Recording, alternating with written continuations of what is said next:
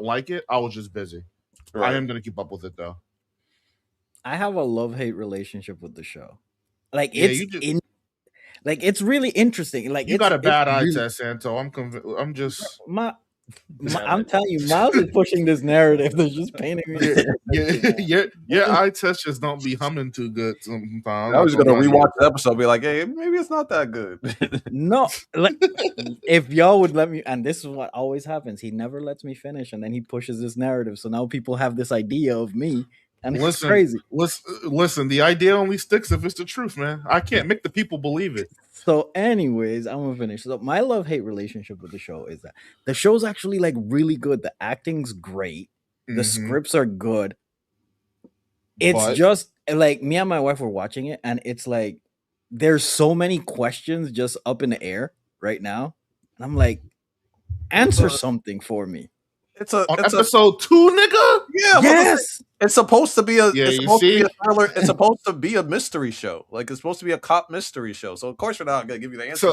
So Lonnie, mind you, it's my fault. The chat said he got bad eye test. He talked about he need answers on episode 2. I need some. It's a legit mystery show. You want answers already? I need some, but it's cool. Like first, like I like the sheriff. I like her. The chick, yeah, I fuck with her character. Yeah. I think the Indian chick is a manhunter. You think? Well, so? you think she's the Martian manhunter? Not the Martian manhunter, but I think she's Martian. I think the sheriff is one. Really? Yes. I think after you watch the second episode, I think you could see where I'm getting at. I'll watch that tonight before I go to bed. And I have to say, John needs to snuff Hal just one time. So I assume greasy to him. I assume. Wait, all right, I gotta watch the episode because I don't want you to spoil me by accident. Is he dead? Just whoa! Yeah, I want to watch it too. Riddell, it's episode 1, gang. It's episode 1. Shut up, Santo. Is he dead? My feelings. They do timelines. Okay. So you don't know yet, basically. Yeah, we're still in no goatee, John, right now. I got you. Okay. It's like 2016, 2026, and then they sometimes go back. So they go in between this time skip that they gave us. Okay. Yeah. Okay. I think they're doing it very well. Okay. But Tap in eventually. All right, I fixed it. So welcome, ladies and gentlemen. This is the Black Sense Society. We're back. We filibustered at the start because I fixed some live stream stuff.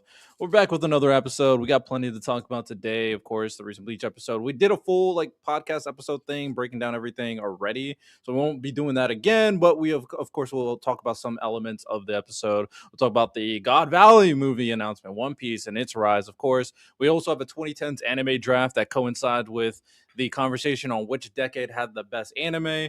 We'll go over a lot of that, a lot of fun topics, of course. Ladies and gentlemen, of course, I'm your host, Riddell. My co-host here, Santo, Ty, Lonnie, Miles. Gents. Oh, actually, before we get into that, shameless plug. Make sure you guys sign up for memberships. Shikai members, you can support the channel, get shouted out on our YouTube channel, get access to our Discord thing for private member stuff and high tier Discord people. Bankai members now have access to a private community post that you put out your hot take, then we'll talk about it for each podcast episode. So if you want to be Bankai, you want to participate every episode, sign up. Patreon lowered that to $1. A couple of people have signed up recently because they wanted to watch the Bleach episode with us. So sign up for the Patreon. Very easy. You could watch content with us, or just go check out the other content, Game of Thrones, the Bleach episode, the stuff regarding Santo and how the content he makes over there. So make sure you guys join the Patreon. A lot of content we do there that we can't do on YouTube for obvious reasons. And make sure you guys go to our Discord, follow all our socials, all that good stuff. All right, gentlemen, how you feeling? Speaking of that, I felt like that episode of Fresh Prince where Will's like, "How come he don't want me, man?"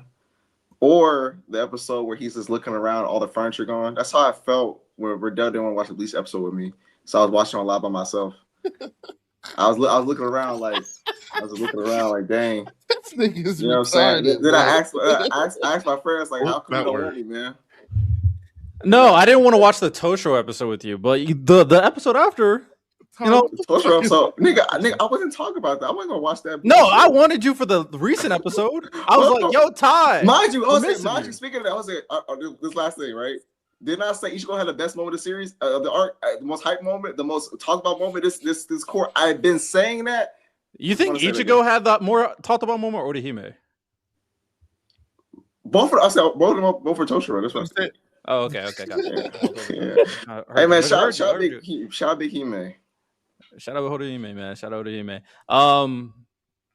Also, I do want to ask you guys this as well. Like any other things that you guys have done recently, feel free to share that as well when you talk about your intro, so people can catch up. Like, hey, what do they got going on with their lives? But Santo, Lonnie, Miles, what's up? Hello, my name is Miles. Hi, Miles. Hi, Miles. That's it. That's I'm my intro. excited. What's up? I'm good. I'm doing good. I think I sent it in like the chats and stuff like that. France just announced a Dragon Ball theme park that's supposed to be like the size of Disneyland. So we motherfuckers, let's pack our bags because we going and we dragging Black Bulma with us. But yeah, I'm doing good. I don't know how everyone else. Oh, Ty, I forgot because you weren't at the live stream. I wanted to ask because Riddell didn't like my comps because I was trying to give like for context a random like a Toshiro comp for Naruto. So I was saying Sai, nigga with a pretty nigga that don't really do nothing, but like he didn't like that. So I was. Did you have a better Naruto comp? A Naruto comp. I don't think we got Toshiro niggas in Naruto. Now connected to True. Miles. Yes, we do. Toshiro does. We got Shino. No. But I think that Toshiro's too important to be Shino. Because Toshiro's important. More important. Well, let me explain. He does have a whole storyline in the society of investigating Aizen. Right. Shino would never get a storyline like that. Right. He also has a couple fights. Like Sai had the storyline with his brother that was also like with the Anbu and stuff like that, and with like the picture and like how it was like a representative of. And like, it was better. It was better writing, by the way. Sai's story was better than Toshiro's. So just True. But Lonnie, you think Sai's better than Toshiro? I said that backstory was written better. I'm asking a question. I didn't say Sai's better than Toshiro. So you don't think Sai's better than Toshiro? Maybe like Yamamoto doesn't answer questions. Yamamoto. Nah. Really good one. Nah. Okay. I don't know if there's a direct. Honestly, if Guy Sensei was trash, maybe. What? True. Trash Guy Sensei is crazy. True. You feel what I'm saying? Like Toshiro's trash Guy Sensei. I'm thinking captains relative to Jonin. I'm thinking like Asuna, you know what I'm saying? Like Asuna. Well, I feel like Asuna had like Toshiro's as bad as Asuna. He can't be Asuma that's alive. But Asuma actually put on our heartstrings. Toshiro never did that for us. None of us. This is true. This is true. Like none of us. I'm not trying to be funny. Toshiro did not move us like Asuma when he died. Let's be can we be honest. That's actually true. Though. All right. I'm not trying to be funny. Like, I'm actually being so serious. I don't. So unless did you feel something when Toshiro did anything on the level of Asuma dying? Okay. We're asking you a question. You know what? I answer questions directly. So, did I feel something with Asuma died? No, but did I feel something with Shikamaru's reaction to Asuma dying? Yes. Now, did anything related to Toshiro make you feel like that? No, he's not emotional. Oh no, yeah, Toshiro with Momo, that scene. What scene? The scene where when he accidentally stabbed Momo? Oh, yeah, that's crazy. Okay. I ain't gonna lie to you, bro. She was fine. Oh, he's a dumbass. Debate. Shout out Aizen though. No, I think she was fine though. Like she was fine. He is kind of an idiot for stabbing. No, I ain't gonna lie to you, bro. Momo's durability is crazy. How the frick she survive that? But it's Ty. It's also like Toshiro. You know who you are. What made you think you could even stab Aizen in this fashion? So a less emotionally resonant Asuma. Yeah, he's worse than Asuma. Anyhow, a less emotionally resonant. Sure. I don't agree. Santo, how you feeling? Now we gotta move on. Now we gotta move on. Yeah, we do. I'm feeling Sad, great. The statement stands. 8 months running again. We don't bring up Toshiro. It's the other side. But I mean, proof is in the pudding. But life is great. Been doing a lot of design projects for companies and whatnot. What's up, Random? And just been working hard, man. And by the way, One Piece is going on a generational run with content, man. I'm so excited for the Lego One Piece movie because my kids are excited to see that. So, yeah, can't wait. Random, I would like to bring you to the stand.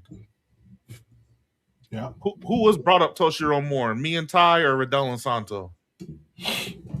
As a third party arbiter who doesn't know anything about Bleach. If I'm being truthfully honest, it's Lonnie. But second is Riddell and Santo. What was the question? How much do me and you bring up Toshiro? I'm not gonna hold you. When I watched the episode, I got about 47/10 of a second of him on screen, and I was I was like, is this the guy that y'all had that huge update about? You know what he did that whole episode? He just watched the moon. They showed it twice. It wasn't his episode, but they showed it twice, and they showed other people reacting to it, and they didn't show Toshiro reacting to it. I'm not gonna hold you. I haven't seen Bleach, but his stocks are. Hey man, shout out to Ichigo. Okay. Shout out to Ichigo, Orihime, and Rukia, man. Shout out to Ichigo and Orihime for sure. Yeah, I don't know what Rukia did to get a shout out, but no, I'm also talking about the decision. I'm talking about the decision to make her there, to bring her there. Oh, I think that was great. I genuinely like the moment. I think that was the top. That was probably the best addition to me, and then most of these things. Disagree there, but honestly, because a lot of the additions be like gimmicky. The Orihime edition, you didn't? No. I'm talking throughout the Blood War. The whole like he did all this crazy addition. I'm like, was it really that crazy? I think Rukia being there, given she was there to start Ichigo's character arc, I think that was to me makes the most sense. Like she would be there at the final moments. Okay. So shout out to that though. I think that's a good addition. Could it not have still been better without her though? I mean, sure. Yeah. I think like the Orihime stuff was cool. So I think even if she's out there, that's better than what she did in the manga. Because Orihime didn't really do much in the manga, if we're being real. She didn't. Not at all. Miles, do you think that Rukia brought like nothing, like at all? Like so no value to that scene? I think she brought the contribution in what Ty said. She's the person that started his journey. She set Ichigo on his path. I think that is her value. Mm-hmm. I'm just not the type of person who likes, like, I get where y'all are coming from in that regard, but she didn't do anything either. It like, when I compare it to another moment, right? Nobara had a small moment, but it was significant in the grand scheme of that conflict, and it made sense. Like, I like moments like that, or like when Vegeta helped Gohan with the Ki Blast to Cell. Small moment, meant a lot, had a big impact, and that's kind of what I care about more. Like, that's not to say if they would have brought a different character instead of Rukia who did something, I would have liked it more. I just think that combination of having both those aspects is what I care about. I would have rather not have Rukia instead of her just getting impaled, to be honest. Got it. I understand what you're saying. I do want to shout out Jaden, member for 27 months. I'm back. Finally, I came make a live pod. Shout out you. We appreciate all of you. Also, I do want to put this out there for you guys, gentlemen, is you know, even though we're not going to make these dedicated segments, but these are still cool things we do, like Fraud Watch, Let's Get Negative, Agenda Hour. So anytime you want to call out a fraud, anytime you want to get very negative about something, or anytime you guys want an agenda to push, just like let it be known, and then we'll give you like the spotlight. I want to make sure that's like a thing, but it's just not a dedicated segment on the podcast. And also, we're going to add, I'm going to call this like community noise. What are people thinking? So I'm going to put a poll up from our most contentious debate from our last podcast episode and see what people are thinking. I'll pull up the last two ones that we've had random up here, and then pull this up. So the first one was this one, which generation of anime is better, older, newer. We had that like 2 episodes ago, which inspired our current draft thing that we're about to do. So we appreciate. Make sure you guys vote on that poll so we can get people's thoughts on that. And then the other poll that we did, our most contentious debate, obviously, was the Toshiro stuff. So how did you feel about adult Toshiro? And this is what people are saying. So this is just us getting your thoughts about our conversations. So make sure you guys vote on the poll. Make sure you guys pay attention to our posts, and make sure you guys be up there for all the live conversations we have as well. But okay, start off with some warm up games. Unless you guys have any thoughts about those polls, actually. I just want to ask, random, what's on that plate? Very good rice and protein. Let's go. I'm hungry. I've only eaten once today, so it's just the way it worked out. But can I call a timeout real quick? Because Lonnie, no, you didn't do anything wrong. You were the one who brought it up to me, and I just want to talk about it. Unless y'all talked about it, we're not going to talk about the 49ers owner getting caught in a trailer park. All right, trying to get some coochie for $140. I don't think it ain't nothing wrong with that, man. I'm not. Wait, what happened? He was doing prostitution. Yeah, So basically, Ty, the 49ers coach got arrested. What, like not the coach. Oh, not the coach. Owner. The owner of the 49ers. He got arrested in bumfuck Ohio. Apparently, it was like 20, 30 miles away from where he used to. Chill in Ohio, man. We're just about to say shout out Riddell. Yeah, I'm sorry, Riddell. He got arrested in bumfuck Ohio at a trailer park. He repeats the shit. If I had more pride for Ohio, I'll defend it harder. Hey, I'm trying to improve Ohio slowly and steadily. Give me some time. I'm trying to give you some time. Jeff York said, "Nah, there's not enough time." He solicited a prostitute through a local ad on a local website for $140 at her trailer park and got arrested. I see zero wrong. Is trying to boost the local economy. My only thing is in 2026 with inflation going on, $140, nigga, that's crackhead numbers. I'm not saying do what you got to do, but you can't spring a little bit a trailer park. You can't spring for a Motel 6 when you're a multi-billionaire. You can't spring for a Motel 6. Him being cheap is why you're in jail. I hear you, Lonnie. True. Be like Robert Kraft. I forgot you get arrested for that shit. Oh shit, he'll be all right. See, he will be all right. Well, it's like $140. I'm with you. I don't see nothing wrong with it either. My problem is, bro was probably trying to relive something he did back in the day. And no, they're just rich assholes that random. Are bored, I'm about to say, I don't even think that. I just think that nigga wanted some slightly nasty pussy that wasn't his wife. She had 3 whole teeth. That nigga wanted something strange. I don't see nothing wrong with it, gang. He had the resources. He just unfortunately was a man of too much stature to where this is now a problem. There are probably niggas. There are niggas hitting that same prostitute. There are niggas. Nah, it's not. No. You know what, Lonnie? You kink shaming. I'm stupid shaming. Nigga, you a billionaire. You can do whatever you want. When a man feeds into their most primal instinct, he's not. He don't give a fuck about getting caught. That nigga was going there for his 3-tooth princess. You know what I'm saying? And it is what it is. I don't think there's nothing wrong with it. I think because he's the owner that people are making it a big deal. This is niggas do prostitution for way less. My thing about it, I'm not even anybody trying to make fun of it because I know people talking crazy. People gonna be talking crazy in the comments of whatever video is talking about it, and then they gonna turn their phone off and walk into another trailer park in the exact same situation. I'm just like, I'm literally with Lonnie, like, bruh, you wanted some strange, but bruh, you got to be a little smarter than that. It looked like they set bro up like a sting operation. Especially if you're near your home. No. So since we're here, what's the difference between this and what Robert Kraft did at the shitty massage parlor? What did Robert Kraft do? Robert Kraft was at a massage parlor. Can you give me some more detail? That's it. What happened was he'd fly down to Florida to go to like a strip mall with an Asian massage parlor, and then he began his strange there. Trash looking place. Yeah. For me, I don't see nothing wrong with it. For me, he only got caught. What I'm saying, what's the difference? Kraft got caught because there was like a big like sex trafficking ring and stuff like that, and I think he was like, well, that's a problem. He was there when it happened.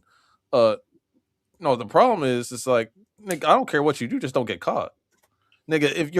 If you're near your hometown, I'm pretty sure he's the only billionaire in I think it's called East Palestine, Ohio. I'm pretty sure you're the only billionaire from there. Niggas know what you look like. Niggas know what you like. Niggas know you. So like you getting caught, Lonnie. Right? Like bro, like you gotta just Lonnie. He couldn't move smarter, nigga. Lonnie, you wanted to crack a joke and we stopped. Yeah, nigga.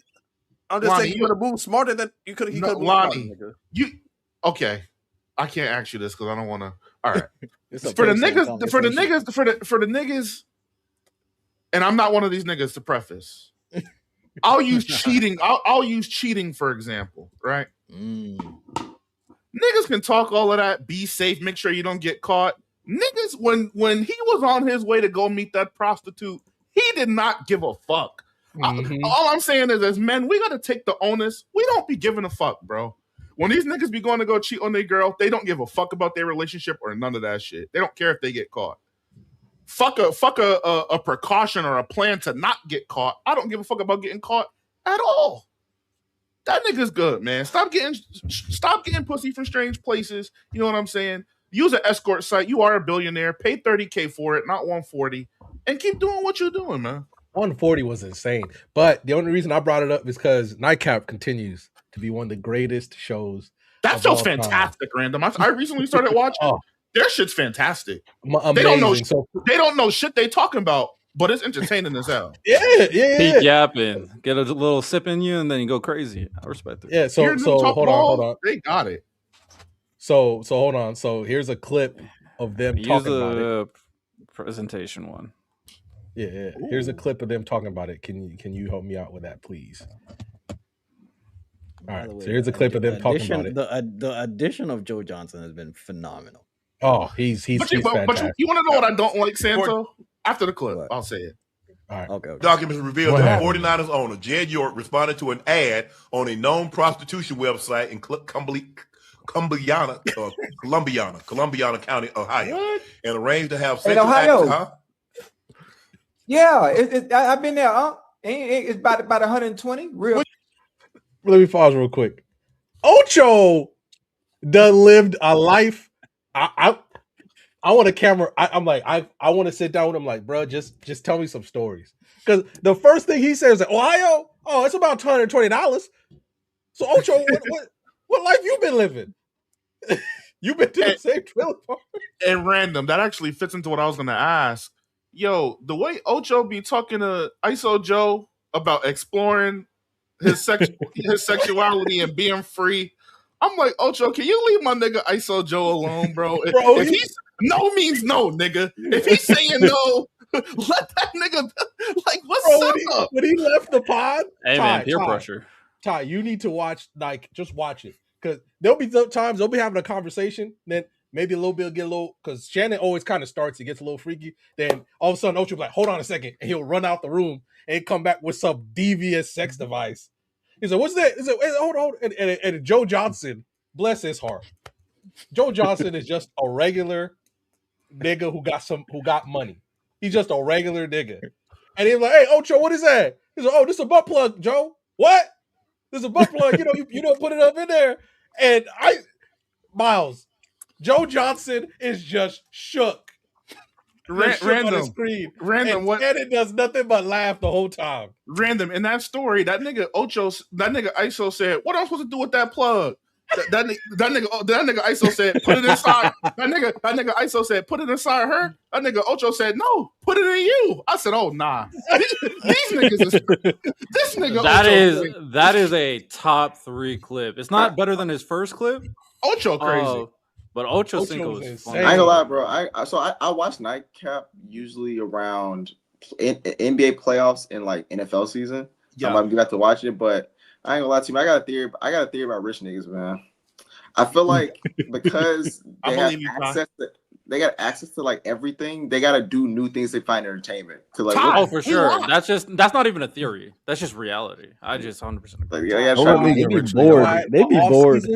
They do be bored. They have everything. You got to experiment. Ty, the off season's the best time to watch Nightcap because that's when they're just like, let's just talk about some shit. Talk about nothing.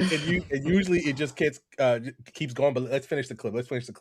What you do? What you doing now? It's $140. He went to do what? He went to the meeting location at a trailer park in East Palestine, Ohio. He was taken into custody after law enforcement agents and morning. I guess that Mahoning Valley Human Trafficking Task Force determined that York so embarrassing. In his possession his cellular device that he used to arrange the criminal act. York was sentenced to 2 days in jail in order to pay $1,150 in fine. NFL said in a statement that the league is aware of the matter, which will be reviewed under the personal conduct policy. Ocho? Hey, the man that's trying to get a little hoo-ha. Oh, man. Ain't nothing wrong with that. Come on, Joe, man. You think the man because he worth $1 billion, he don't want to wear his whistle. I'm with you. Man, you worth $1 billion, man. Come on, man. You shouldn't have to do all that. Sometimes you like him pure. You like him lazy. Hey, Joe, the man don't want no ties. I'm getting in and I'm getting out. Hold on. Hey, Joe, at the time with a little hoo-ha for inflation. 150 at a trailer park. That's what he pulled up to. Then the ones that got all the moves. Are y'all tripping? Hey, remember I told you, Joe? She had more moves than $100 hooker. Them the ones that got the move. Them 5,000, they don't do nothing but model. Hey, listen. It used to be $40. Huh? It used to be 40, Joe. You know inflation. Nah, man, his awareness wasn't high enough for me. Okay. It used to be 40 is hilarious. Oh my god. Hey, if you're in New York and you need some hoo-ha, go to Pennsylvania Ave, 60. Allegedly. Or go to Roosevelt Ave. That's where the Asian massage parlors is at, 80. Allegedly. Lonnie, if you in Barcelona, because Lonnie was approached and then I was approached afterwards, I was like, bitch, I don't want to be your sloppy seconds. If you're in Barcelona in front of what was the name of the club, Lonnie? It was like the casino. It was the big casino there. The big casino by a row of clubs. As you walk in between the casino to the street, there's a nice group of ladies of the night. And they did not care that Lonnie was getting married in like 2 days. It was like, I'll go to your wedding. What started just showing Miles? I swear to God, she just started showing us pictures. Ma'am, I'm good. I appreciate a salesman. Allegedly.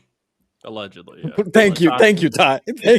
Thank you, Ty, for legalizing all comments made. She was just. I was like, I'm good. In theory, you would have said you're good if it happened. In theory, for sure. Random was actually like in this hypothetical world that never happened. You know what I'm saying? You said what?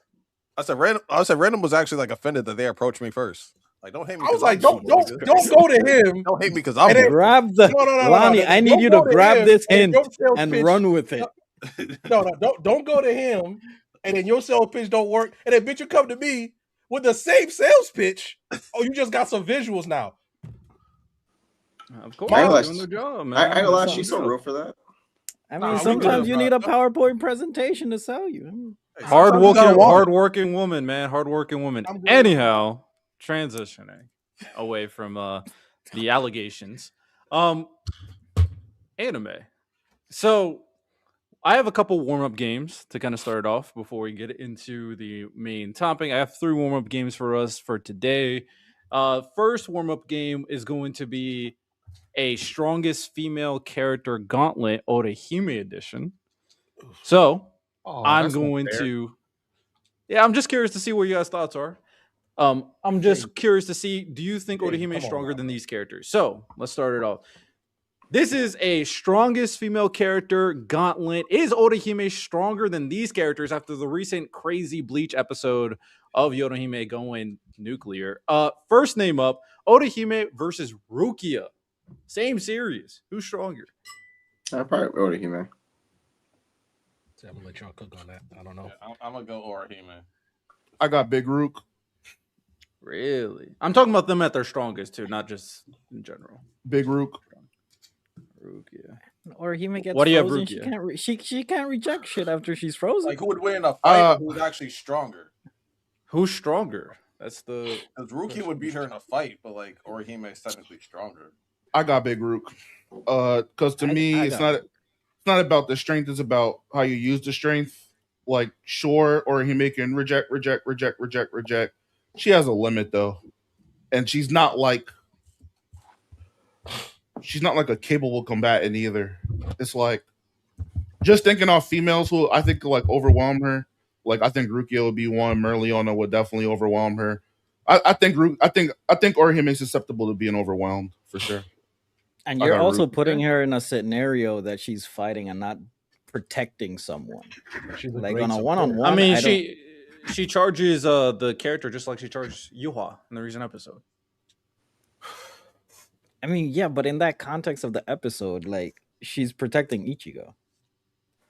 Yeah, at their strongest. I just want to focus. I don't want to put a caveat to prevent her from getting to her strongest. That's just not fair. I still got Rook. I got Rukia too. Okay. Next name up. Since you brought it up, I'll just put this name here. Merliona. It's on the list. I think Merliona washes her. Yeah, give me Mary. Same. Give me Mary. All right, Merliona. Next name up, Yoruichi.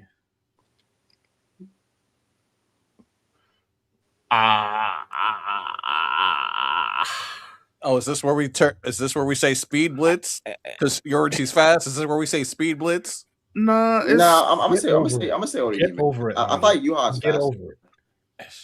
I think Yuha's faster as well. Yeah.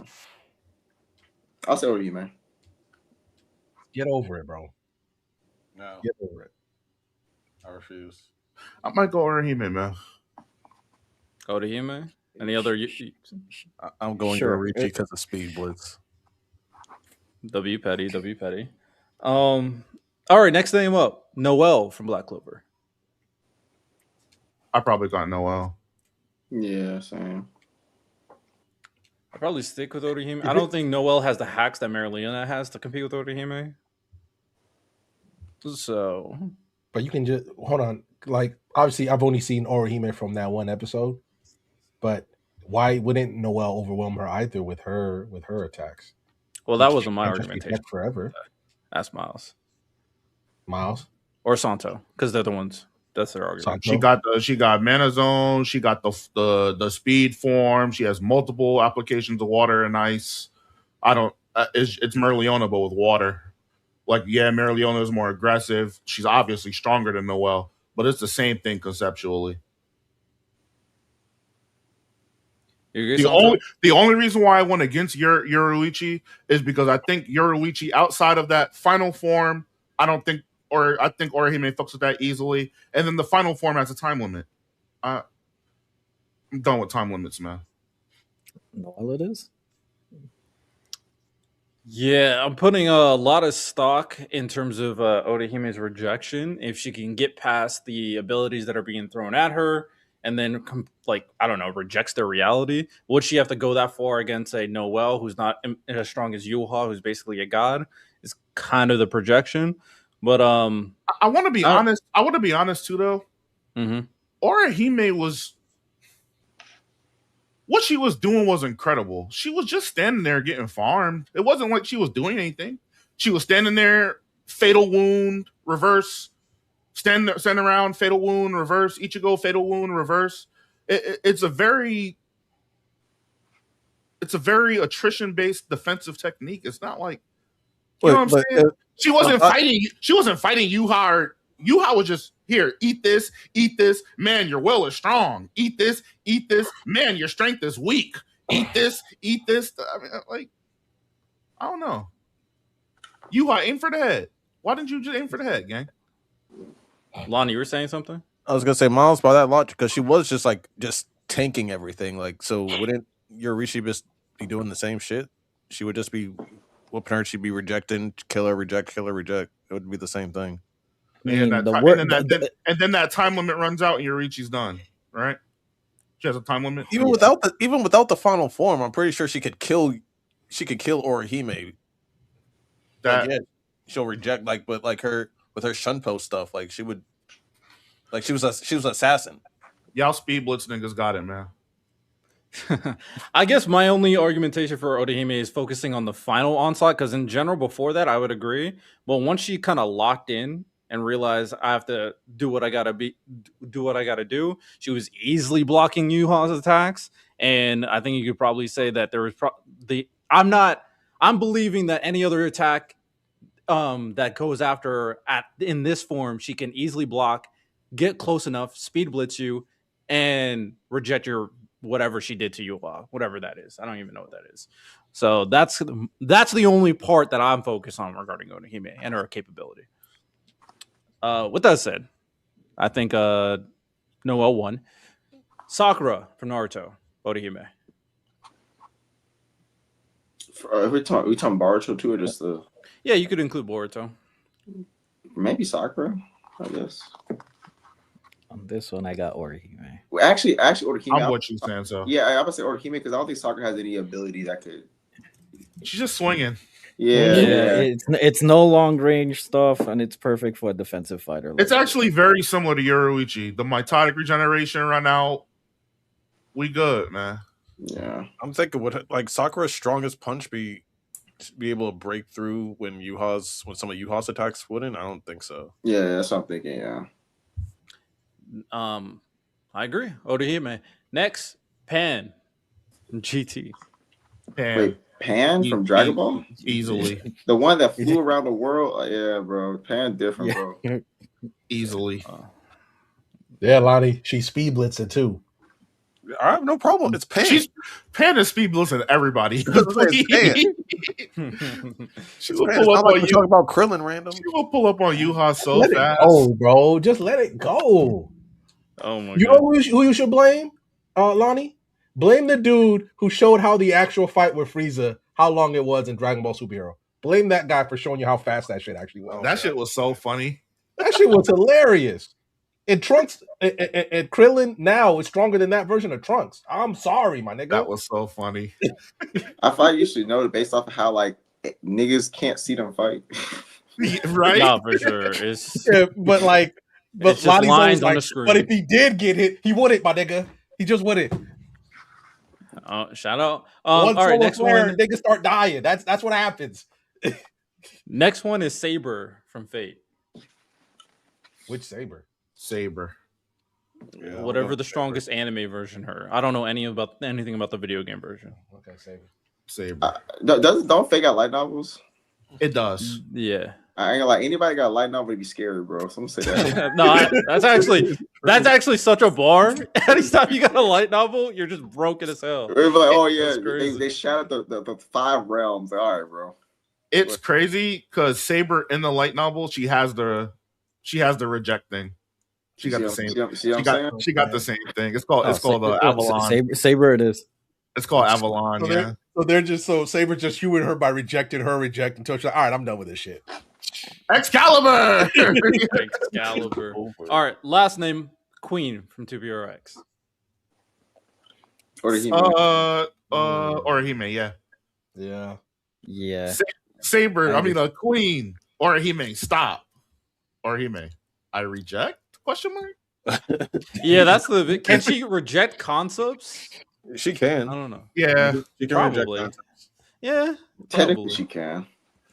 Aizen described it as any phenomenon, so yeah, it's like Maharaga, phenomenon thing. Mm-hmm. All right. Well, with that said, that is our quick gauntlet. Now we're gonna move on to our next warm-up game. Tier ranking Ichigo transformations. So I got a tier list here, gentlemen.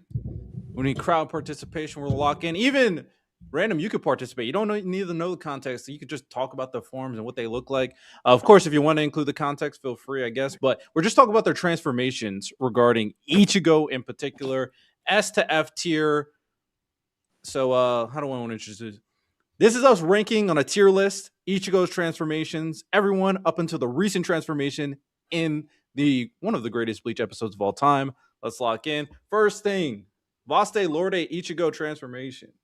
S. I agree. S. I feel like Yeah, I'm big S. So there's only 2 S's, man. I think there's 3, but I think there's 3. I remember if I include all context, like the foreshadowing, the character, I think there's 2. Nah, it's not this one right here. I think it's like A. I like Dangai Ichigo. The chain. I'll say A. I think it's tough. Yeah, I'll give it an A. I think this is a solid B+. I'm not mad at that. I'm not mad. B or Sam, A? I'm with you. Yeah, B+ is fine. I'll go B. Thank you for being brave, Santo. I'll go B. It's not one of my favorites. You gave me some courage. Okay, B tier it is. Mugetsu. I don't care what nobody says. This is an S for me, and I'm just standing on it. I'm standing on it. I love this transformation. It's one of my favorite transformations anime. Period. I'll be honest. I think it looks cool. That's the point. No, but that's about it, though. Well, so that's the point, though. It's supposed to look cool. It's such a badass transformation. No, but did you say you can include the context if you want? Oh, for sure. But no, for sure. But when Santo says it just looks cool, I'm like, that's a point. That's what. Nah, we need more than just looking cool. I mean, if we're talking about exposition, sure. Or the change of personality, how earned it felt. All those things matter, man. I think it was earned. Now, it wasn't the greatest build-up by any means, because it was like kind of last minute, but he did earn it. I mean, the one in S got the job done. This one, it looked cool and it got the job. He beat Aizen. What do you mean? Aizen's still alive. He beat Aizen in this transformation. Aizen's still alive, man. Okay.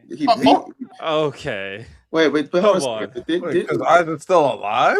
Wait, Okiora got up after. To be fair, him being alive is fine, but I'm trying to remember because I know Kisuke still the nigga, but like, what happened right before that? Aizen started crashing out. Aizen started yapping. Aizen's sword broke, and he's like, "Once again, I've transcended even further beyond. The Hogyaku's determined I don't even need a Zanpakuto." And then he got sealed. And he also compared what he was about to turn into to what Ichigo already is, becoming one with his Zanpakuto.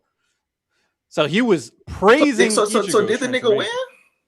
Boom. Yes, Ichigo. So he beat the most broken character. Well, I'm saying. I guess I'm thinking like if he's about to transform, but then they need to stop him transforming. Aizen was yapping that entire fight. He fulfilled the conditions, Ty. I mean, like Aizen, he was beaten. Unfortunately, because of the Hogyaku situation, beaten becomes a different term now. But the plan was to get him weak enough for the Hados to take effect. Hey, he completed the job done. You know what? Just for that, he get a B. No. This is the only this is the only transformation I gotta put my foot down. B is crazy. Lift your foot up. Okay, B is crazy. So A. S, but bro, all right. If even if you guys want to include the exposition, fine. But do we agree that this is a fire transformation? Riddell, you're doing too much talking, man. You got 2 S's. Hope democracy wins for you, man. Okay, this is an A. So 2 A's, 2 S's. Lonnie, what do you? Skip me. I'm thinking. He wants to muddy the waters at the end. Random, you got thoughts? Random, just on the picture. What do you think?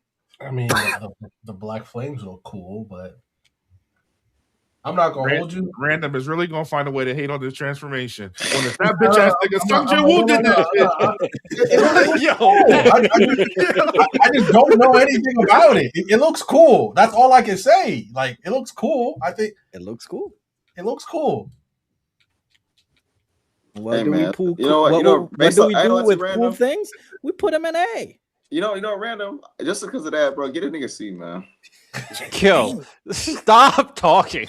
Yo, Lonnie, I need you to give your honest assessment. Yo, Ty is trying to influence this man's vote.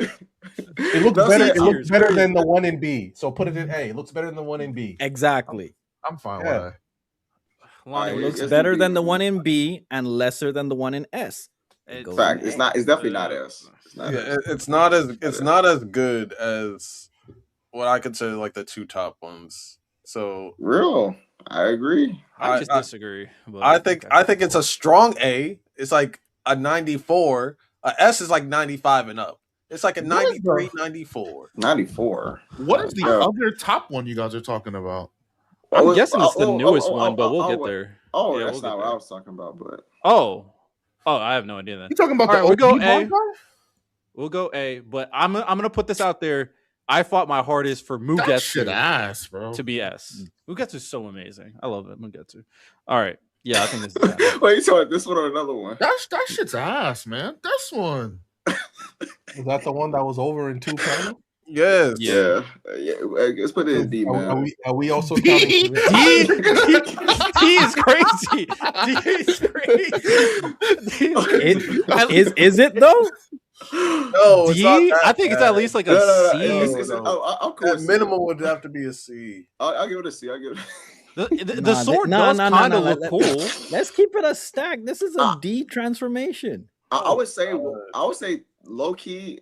This was the most fire part about this. How fast you broke it. That was actually tough. Wait, am I tripping? Ain't no way. It's the most impactful part. Yo, hold on.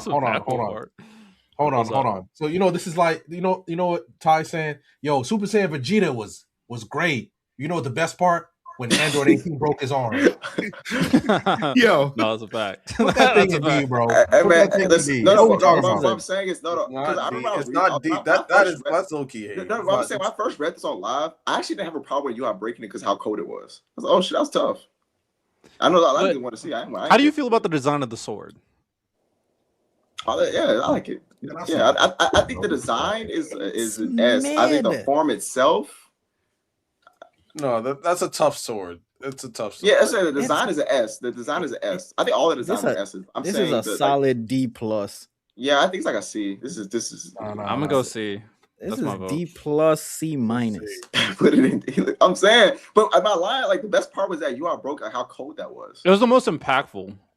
I think so. I understand what you're saying. I don't like even the fact that if you look at even the dust specks stayed the same. That's how fast you broke it. Like that's the way to from our perspective showing the speed of that. That was hard. I don't hate what you're saying in hindsight, but when I was reading it, I hated it. So I don't think any of it was tough. I was like, what the? I was pissed. There's just no way we didn't get to see the Bankai. I mean, that means Kubo did his job. He wanted you to be frustrated. And then he fixed it. He was like, you know what? I fucked up. Let me actually show you a Bankai. But you know what? Some people say that this is all Yua's vision and why he broke it. Yeah, I think that's very strong possibility. Low key, we kind of crazy, but you would. But all right, C or D? What are we saying? I say C. I say D. I say D. C. Are we also counting the one that we saw in the anime too? Is the anime? No, that's the manga one. That's its own thing. Wait, we had an F tier. Yeah, we got F tier. Put that thing in D, bro. You can't change it. I say D, man. Bro. It's gonna D, man. Oh, you think half mass is? D? Oh no! I'm talking about the one before. Oh, we're still talking about that. It's in C. Yeah, majority rules, democracy. Ain't no way you telling me about a transformation and it's done broken 2 panels and we out here putting it as an average. I ain't gonna lie, bro. This is nasty. I'm just saying. You know what? Fine. Nobody glazing potential unlocked, my nigga. With the context, it was with the context, sure. With the context, I'll put this one at like. I got this at A. Yeah, I when this happened in the anime, this was hype. Hey, can you put this over Migetsu? No. Okay. No. Wait, why not? No. This was tough, but it's just not a better transformation than Mugetsu. Because he's more handsome. Like what's up? Yes. All right, I answered your question directly. Yes. All right, man. I think it's A as well. This is a top tier Ichigo bad bitch transformation list. Hell yeah, that's what I need. Cool transformations. Shout out. I agree with A though. Yeah, put the top of A. That's fine. I agree. Cool. I agree. Top A. All right, full mass. Democracy? No, democracy. He's ruling with an iron fist. Do we have selective democracy now? It's an A. What you mean? We're in America. What do you think? This an A plus. Hey, next we're on the next one. Well, Hollow Mass top of A. I'm not gonna hold you. I kind of like half mass better. Or S. I'm not mad with this one. S. Really? Yeah. Why? Okay. I don't like. I don't hate it. I'm just surprised you want to put it S. Yeah, I think it, especially because we're talking about like all the cool fights he had in it. Like the fights he had with Grimjaw with this job. Yeah, bro. Question, Santo, not Ty. He had crazy aura. Santo and Ty. Do you like, or everyone, do you like this version of the full mask more or the other one? Ooh, which one? There's like the different when it changes. Oh, like the red part, and then kind of like some of the designs change. I mean, wouldn't this be just the same transformation, just in different variations? Yeah, I would still. Yeah, just that's how I'm interpreting. Include all the full mask version. Include all the full mask version. Same. That's how I would say S then. So then I would say S. I think that this form has the best fights overall. I agree. So top of S. Well, or Bankai, regular Bankai Ichigo. That's the one. Yeah, that's the one. I'm not mad at that. All right, so this is Ichigo's newest transformation. It's not the. I'm sorry, y'all. Yeah, I think it's time to be honest about this form. I always I say like a B or C, only because like emotionally it did nothing for me. Like first from the standpoint of like what it meant for Ichigo as like a character with like Bankai, Hollow Mask, it didn't do nearly that level. Like not nearly. It was lacking emotional impact. Like usually transformation comes with like a change in like a character learning something or a change of personality or change like the internal changes wasn't there. Like then he's the same Ichigo. Yeah. And that's why I can't. It's like I would say like a B. I'll be nice. I'll say a B. I'm fine with B. I'm literally fine with B. I was gonna lean A, like the bottom of A, but like I'm not mad at B. Because I don't think the transformation feels as earned as like the great transformations as far as. I mean, this is the culmination of him mastering all his powers. True, but usually a transformation. I'm just saying that like usually a character comes to a learning something about themselves, or they overcome a misconception they had. I don't think that didn't he already do that with finding his true Zanpato? That was the entire point to get to this state. And then obviously he had to build up his Quincy Zanpato to unlock even this form in the fight against Yuha. So it's like they were building to this the entire time. And I actually don't necessarily hate what you're saying, but it's more impactful for someone who reads the manga, realizing that we didn't get this. This is completely new content, as well as the ties to potentially the Hell Arc. Now the Hell Arc potential, Blood Rings, that's a little bit unearned, I would argue. Like, I don't know how you would tie this. I don't really, I actually have no idea what the frick the blood things mean. But other than that, the horns, the sword, the hole in his chest, the tan skin, you know what I'm saying? I think that all that stuff is earned. I would say I think that him getting his Zanpakuto toes, as far as not only beef with the blade is me thing, is that as far as the stuff like I think that scene was meant to work as him to overcome the guilt of his mom, even though that kind of happened way early in the series. So I get it, and then him accepting white, I get it. But I have other issues with that. But I would say a B or C. I don't think it. I think that like even reading the manga, I personally didn't care about seeing the form, which maybe why I like you how breaking it. Like, you know what I'm saying? That's hilarious. I'm just saying. I was oh shoot, that's fire. But I say like a B or C. I don't want to be labeled a hater, so I will reserve my comments. But I got a C. I got it B or C. I got it as at a B. I hear Ty with the emotional resonance and all that. I'm going just basically right now on visual. Visually, it looks cool. It looks good. The attacks look amazing. The attack looks amazing. But the transformation itself, I give it a B plus. I ain't mad at that. Miles, I'm with you. I'm saying a C. Obviously, I'm only saying it from the one episode I saw. But you know what it felt like to me? It felt like Super Saiyan Blue Kaioken. That's what it felt like to me. Yeah,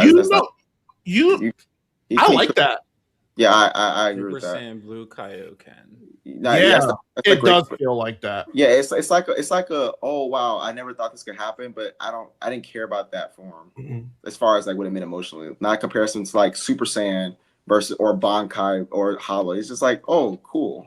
For sure. Don't get me wrong. When he said gets a good Tensho and that motherfucking half moon popped out, I'm not gonna hold you, Miles. I was geeked. That was the point of the episode. I was like, oh shit. And that's my thing. I feel like the visuals do a lot of heavy lifting for the transformation itself. That's my only thing. Because I don't, not to hate, bro, I don't even think it looks that cool, fellas. It's not. No, bro. Like when in the grand scheme of Ichigo's transformations, no, this is not like a top 5 looking transformation to me. It's not. I don't hate that. I understand the sentiment. I'll go with B. I think for dedicated, diehard, like Bleach fans who wanted so much from the adaptation, they're just happy that we got this in the first place, and that's where I fall. And I'm happy we got this in the first place, and then all the lore tie-ins you can and theories you can make from this form as well. But I hear you. Okay, going B. All right, full bring Ichigo, Bankai. All right, yeah, this one not it, bro. We can do C or put D. this one in C so far. Yeah, and then the other full bring form, put that one in D. Yeah. I don't think I put the white one, but yeah, I know. I wasn't talking about that. I was talking about the one that was like the Power the Rangers. vest. It was like it was God. the vest. It had like the gold. It had the gold V-neck, and the rest was like a shadowy vest type thing. Trash. When they were training on the rooftop, Ty. Oh, when they first encountered Tsukishima, that halfway stage or whatever it was. Right. Yeah. That's what I was saying. Yeah. That one's ugly. I would argue that's F. I'm not gonna lie. That shit was ugly as hell. All right. Shikai Ichigo after before the ball. Yeah, just with him both the 2 swords and his fit. I got that one C right with the full bring one. Maybe a little bit higher. I like the fit more. That one's I like because I also like the outfit with it. I think it's a B. Yeah, maybe B. Yeah, cool B. All right, we'll go B. Original Ichigo with his original sword. A man. Really? A. Oh well, I understand. Is that just for nostalgia? The narrative. Yeah, bro. That's like. Yeah, bro. We're not gonna sit act like this. Him demon Ichigo is better. Like, come on, bro. Give me Shikai, man. And how his fights were written, I also think they're just better fights too. Because it is a battle manga. So we have to talk about how the fights of these forms. That's what forms are like really good too. This is a C+, man. Thank you, Santo. This shit's a C+. This is a C+. I got it at a B minimum. Wait, time out. Really? So, Jose, I'm not mad at B. This isn't even the other sword. This is just the big brawn. I have a question. So we're gonna say that Thousand Blood War Shikai is better than this one? Yes. Yeah. Why? Appearance wise, not everything else. That's what I'm saying. I'm mainly going off of appearance. Me and Miles me and Lonnie are on the same page. With okay, you just don't. Okay, well, I guess, man. Yeah, the sword looks mid, bro. What's with democracy? We got our own. You know what? Democracy. Shout out. See. Yeah, I've mainly been going off of. We go around the room, gang. Don't you? I thought everybody said C, man. Well, I got a C as well. Yeah, man. The sword is mid, bro. The sword is mid. Shout out. I appreciate the sword. You should go in the school uniform. He got that shit on though. Put that in F just for F, bro. It's not Bankai. That's the A. I mean S. My fault. S. This is the one. This is against Byakuya. Yeah, that's S. That's S. S. Yeah. I agree. This is the best. This best one actually, or second best. That's my best one. Yes. What the hell? Oh, I forgot about this shit. Is this one he Rage mode? He was just training, right? Training, he was training with the visors. Hey man, bro.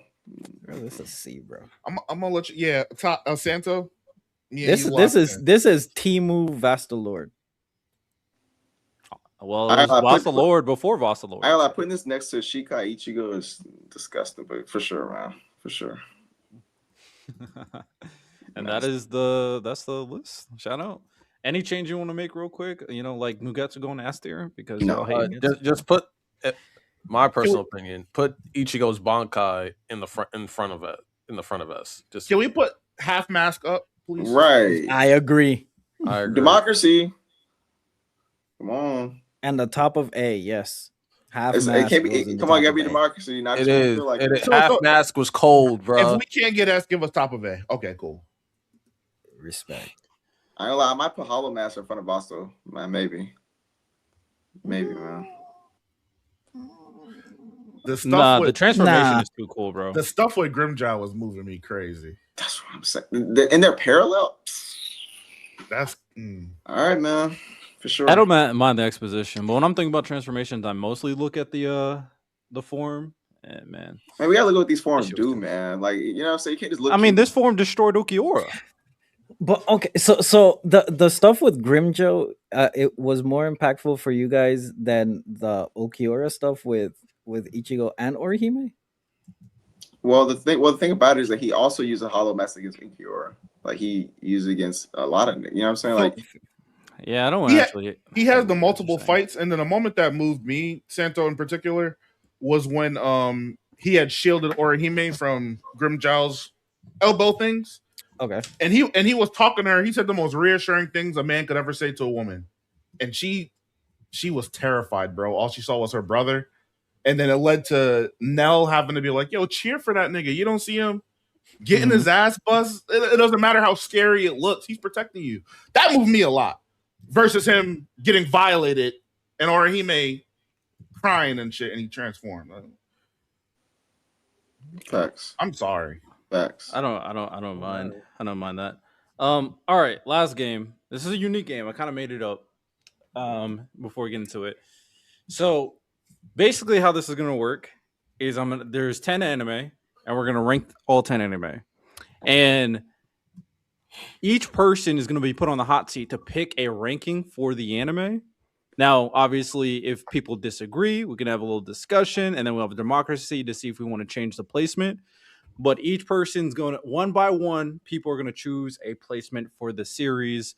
And then it's either we stick with that placement or we discuss it and then change that placement. So pretty simple, but do you guys have any questions? I don't think so. All right. So the 10 anime we're going to be ranking 1 through 10. Dragon Ball Z, One Piece, Naruto, Bleach, Jujutsu Kaisen, My Hero Academia, Demon Slayer, Black Clover, Solo Leveling, and Hunter x Hunter. All right. Let's start it. This is us ranking the 10 best anime out of these let me do this again. Here we are ranking 10 anime for you guys here, and then you guys just let us know if you agree or disagree, which anime is better, hot sick ranking. Let's do it. Miles, your first anime, DBZ 1 through 10, where are you putting it? Probably about a 9. 9. So it's the 9th ranked anime? Oh, 2. Yeah. Okay, 2nd ranked anime. Wait.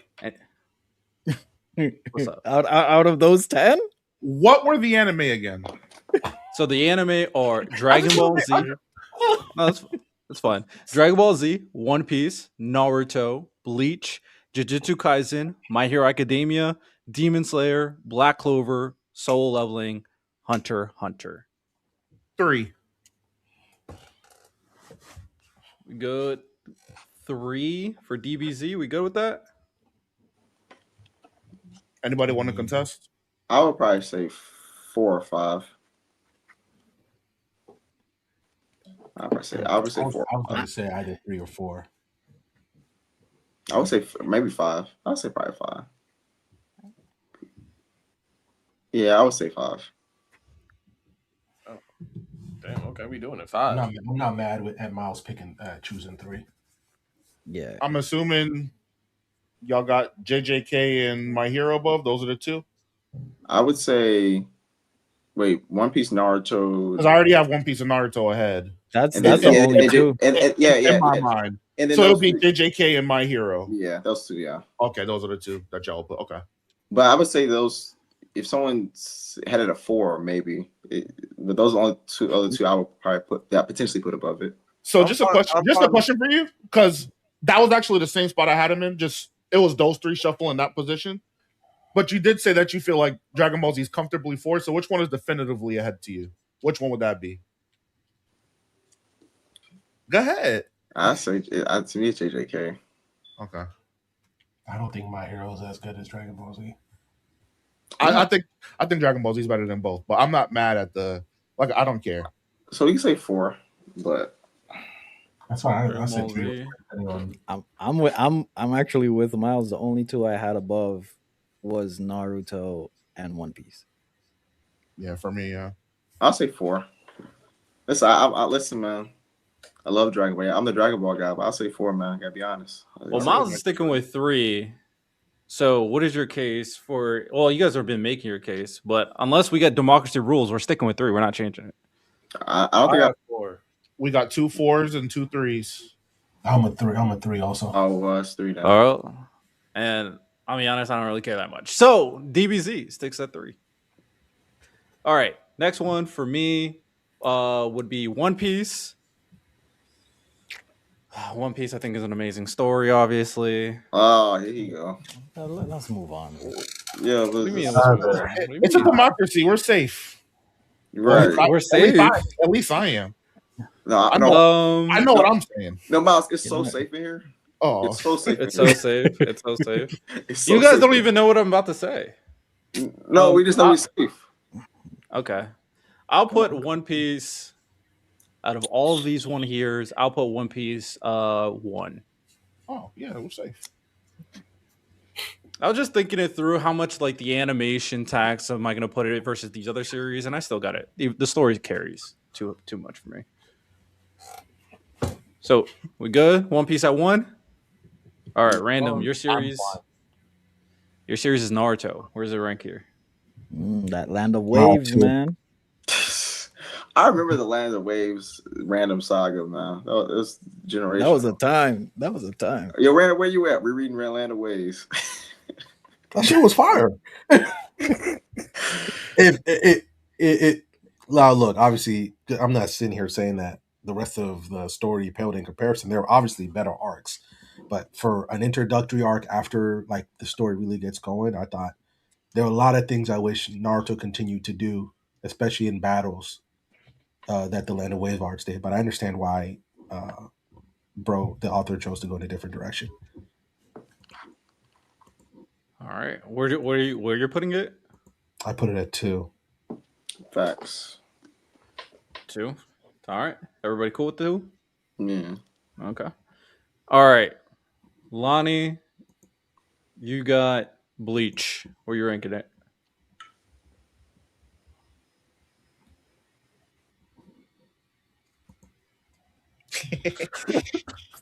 That I don't want to do it. Pick where you want to put it. I don't want to do it. I mean, just do the right thing, man. What were the names again? Okay. Lock in, boys. Do the right thing. Do the right thing. The rest of the names is One Piece is at 1, Naruto's at 2, DBZ's at 3, Bleach, JJK, My Hero, Demon Slayer, Black Clover, Solo Leveling, Hunter x Hunter. That's a tough list, man. Can I say 8?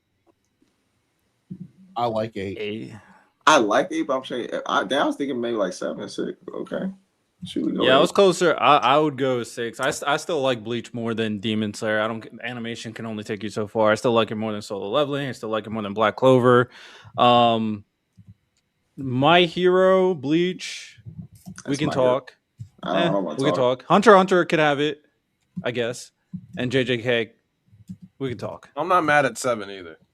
But... Wait, hold on a second. I'll be the second vote for 8.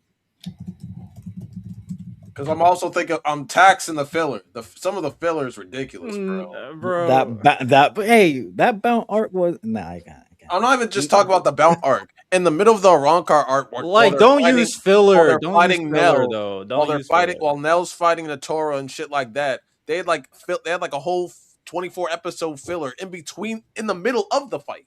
I remember that. 24 episodes. Yeah, but like we're not. I wasn't thinking about filler when we were talking about Naruto. So I don't listen, man. I don't see why we would use filler for Bleach. Listen, man. Actually, I think it was more than 24 random. It was a 2-arc filler. It was a 2-arc filler that made. As a weekly watch, that was terrible. Though. I'm not counting filler, and I think it's like 7 or 8. I'll say 7. And the filler made just a captain just replaced Aizen and shit like that, but he was also okay, but like that. Talk about the anime without filler. Filler is just a cop out. Talk about the anime without filler. I'm not discounting the filler. No, I'm not doing that. All right. I'm not doing that. Okay. Well, I mean, to be fair, Riddell, you are going to attack One Piece because of the animation. I also praise Bleach for the Zanbato. Yeah, but that's the product itself. Like, you cannot watch filler. I have to watch the story with the animation. No, but in Bleach, you do have to watch the filler because they literally have parts of the fights, and then they go back to the filler. That literally happened like in 3 different episodes where Nell and Notora were fighting for a little bit, and then they cut back into the filler. They did that shit. So, okay. Well, I'm not going to include filler. I'm just talking about the stories themselves. But Lonnie said 8. Also, Kubo made some of his filler canon, so like the Zanbato arc. So the Zanbato arc is a really good arc. So, and that's something I praise Bleach for. So I also have to tax him for the same shit. I don't know. I just don't include it, but to each their own. If the author makes some filler canon, then like I have to take all filler into account. Not all of it canon, but like for the story, I have to tax some of it. All right. Everybody else, we cool with 8? Any disagreements? Or just letting it rock? I disagree, but I'm cool with it though. I do think it's slightly better than Demon Slayer. I don't know if it's better than Black Clover. I think I have them about pretty relative. I do have like the Black Clover, Demon Slayer, Bleach, like pretty much the same tier. So I ain't mad at it. All right, we're keeping Bleach at 8. Okay. Next one is Jujutsu Kaisen. So Santo, you got JJK. 4. Power system, characters, fights, animation. That 4, man. Better than Hunter x Hunter? Yes. Yeah, man. Shout out Hunter, bro. Shout the students that passed the master. He did, man. And I love Hunter, but students passed the master, bro. I'm more entertained watching JJK than Hunter.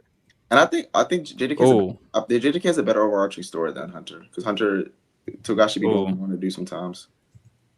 I don't agree there, but wait, why don't you? Well, I don't agree that JJK's overarching story is better than Hunter's. I think they're. I'm more so talking about how they're handled. Like, so don't find his dad in the middle of the story. That's crazy. And Ty, that's where I'll agree with you. I think Hunter x Hunter's story is more interesting than JJK's. I think JJK's direction is better though. Yeah, sometimes Hunter feels all over the place. JJK has better structure for sure. It's not. I think it clearly does, but. You got to make leaps to make some of Hunter x Hunter's story be cohesive and make sense. Yeah, I guess that's what I was thinking of. I think that's actually a good point.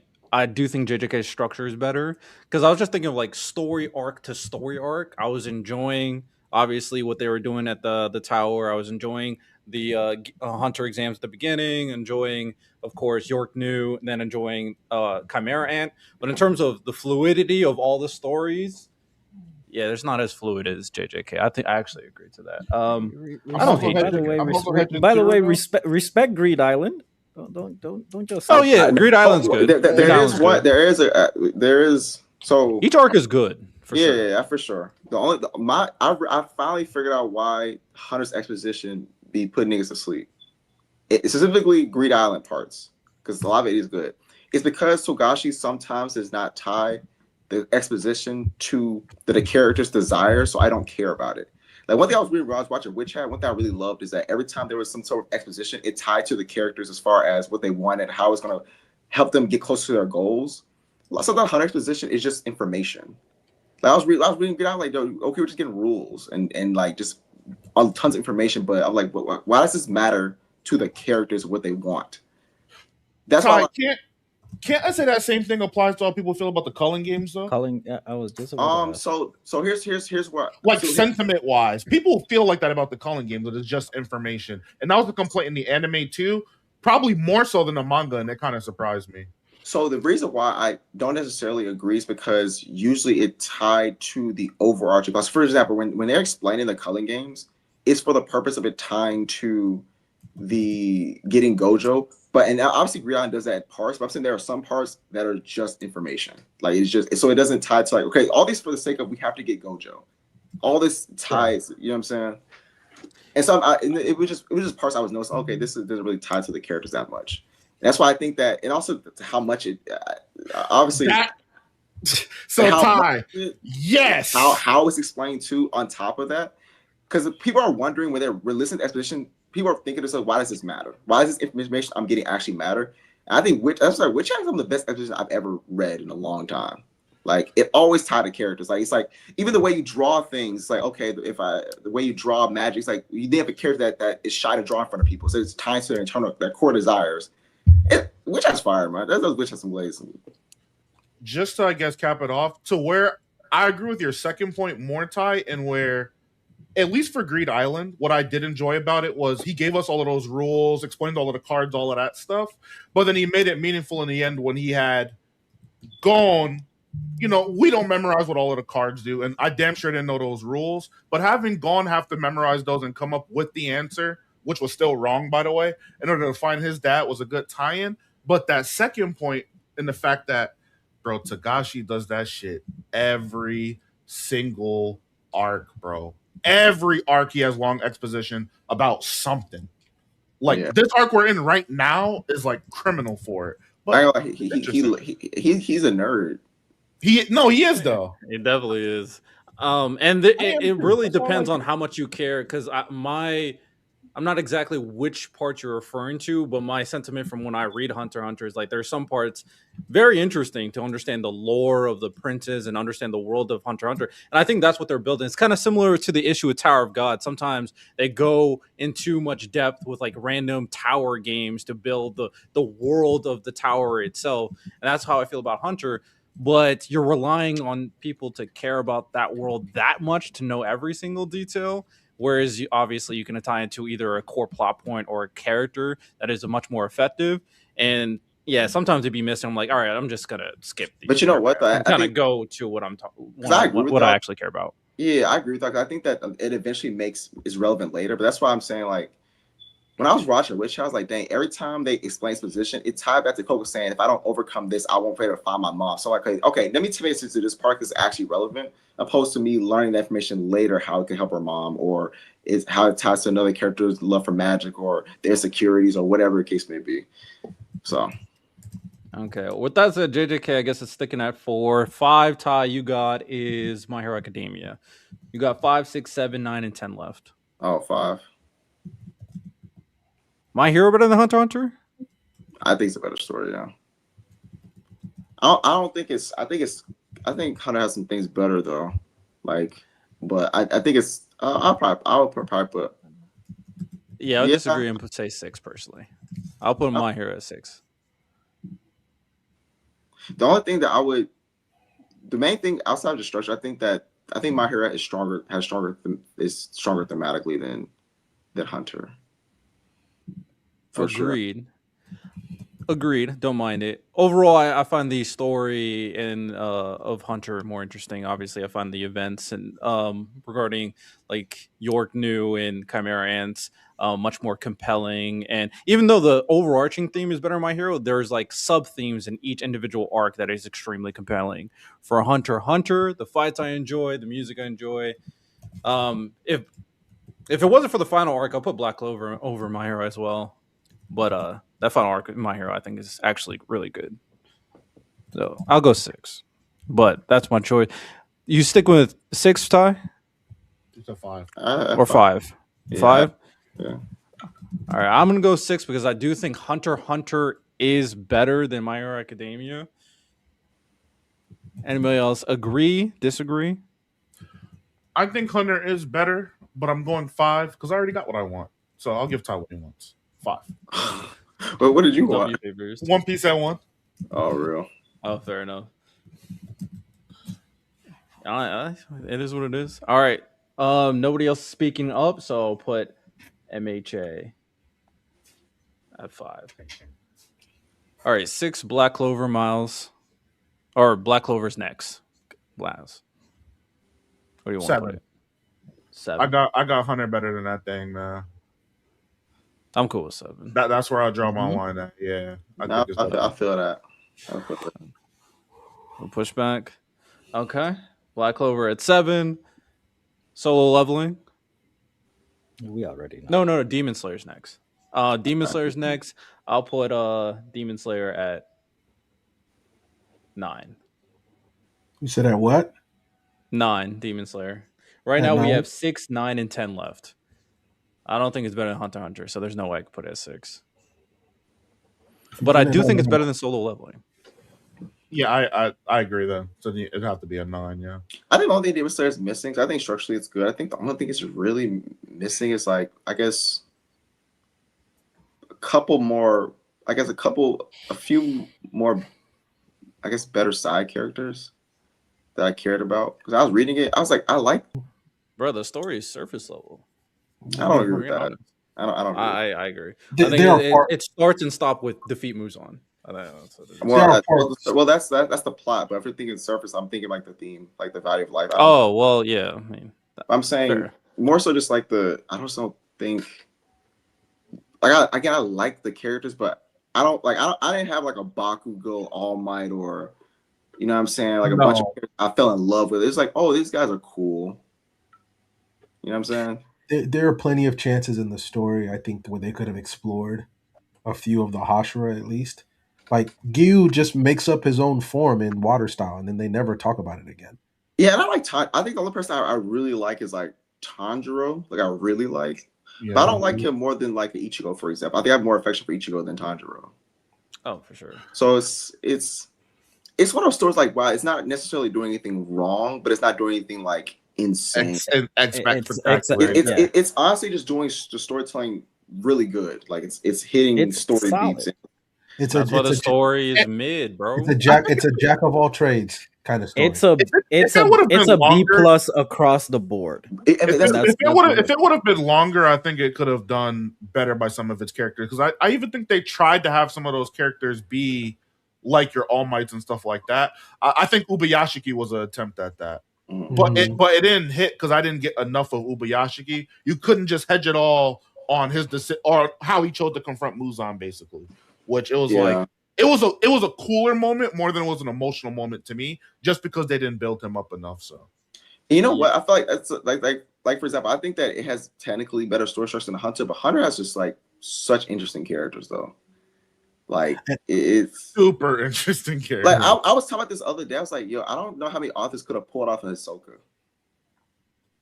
Oh, like I was telling you, hey, I'm writing a character that like gets off on fighting people, and he like also gets off with fighting kids, but then if I describe that, y'all think that's a crazy thing to write, but he's so beloved. I don't know how many people can write people off. But isn't it like really interesting, like especially with like Demon Slayer, because a lot of the Hashira stories are very interesting, but we don't deep dive to anything. I wonder if it's their surface level characterization that doesn't make me want to know more. Well, to be fair, you learn everything you. I think there are a couple I'd like to know more. Like Gyome, I'd like to know more about him. Well, my fault. I'm speaking very generally because I don't think it's all the characters. I'm speaking very general. Okay. Yeah, I mean their entire story arc. We get introduced to who they are, and then we end their story arc in the same arc. Like that's the thing with Demon Slayer. You care about the demon and the Hashira all in one arc. After the arc, of course, the ending withstanding, their story is done. It kind of is similar to, not necessarily the same, but very similar to like Record of Ragnarok, where it's just we care about the characters that are fighting in their tournament. After that, their stories are done. It's short, sweet. You care a little bit and care enough, but if they would have dove into things a little bit more and made them more fluid characters throughout the entire narrative, then I would agree with Miles that it would be much more compelling story. But it's a simplistic structure. Hey, we're about to kill this demon. Here's this Hashira. We're about to kill this demon. Here's this Hashira. We're about to kill this demon. Here's this. I found it weird who they chose to emphasize like more characterization on and who they didn't.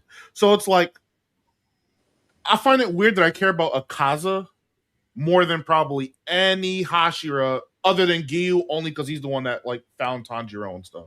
I don't care about any of them Hashira guys. I think the anime made me care more about like Gyotaro and Daki's story more than. Can I be honest with y'all, bro? I agree. What's up?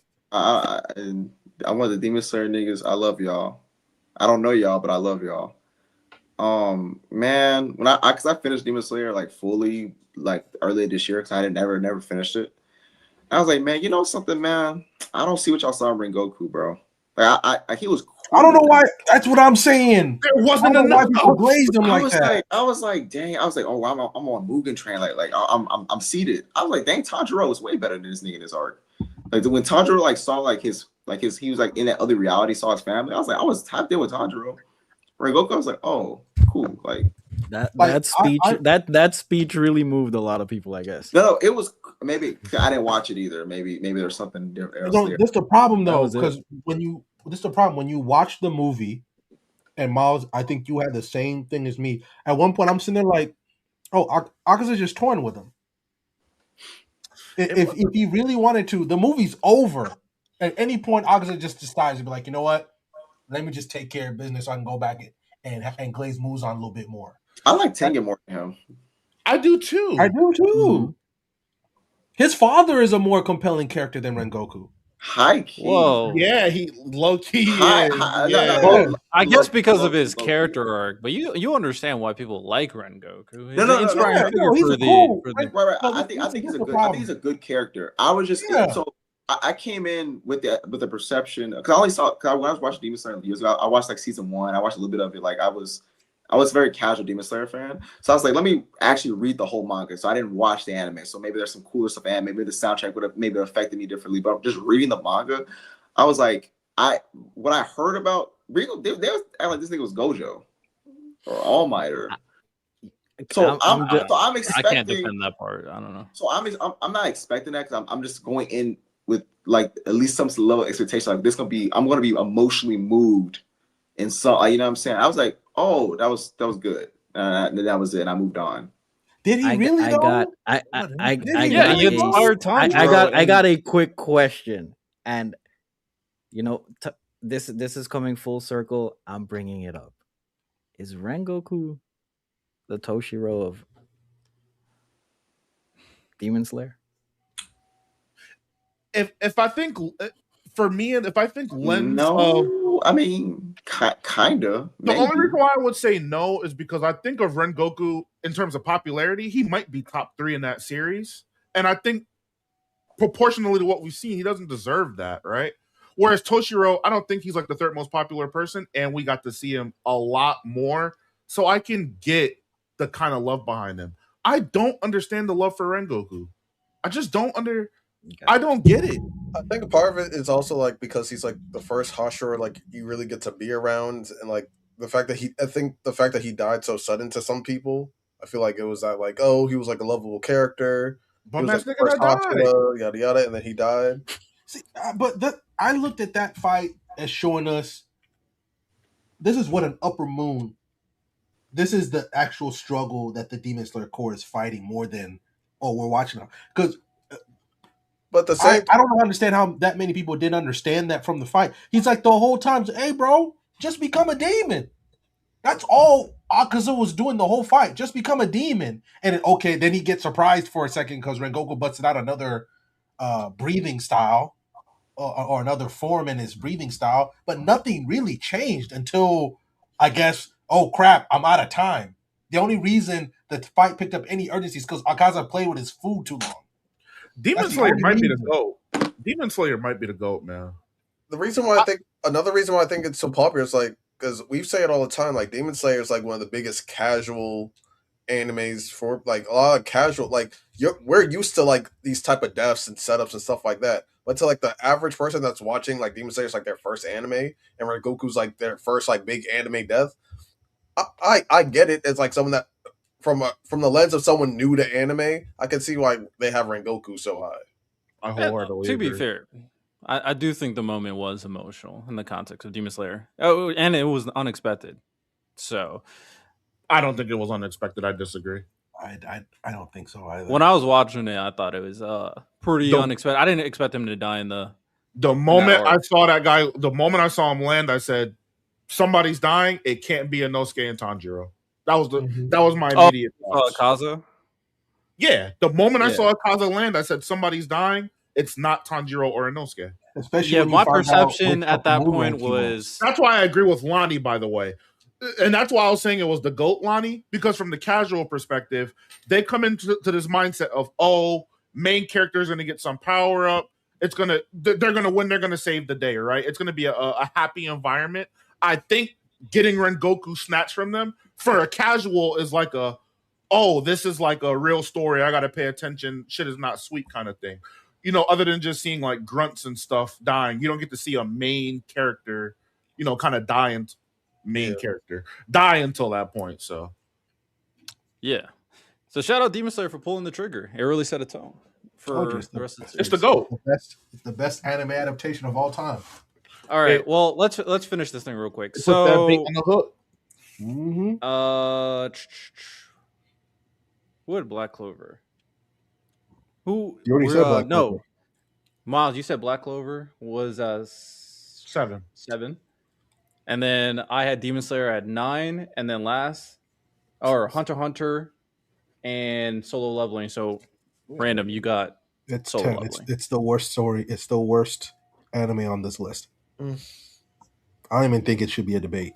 It's the worst anime on this list, and it's also for anybody who's gonna see that if we make a clip out of this, they're gonna see all the frosting and none of the actual.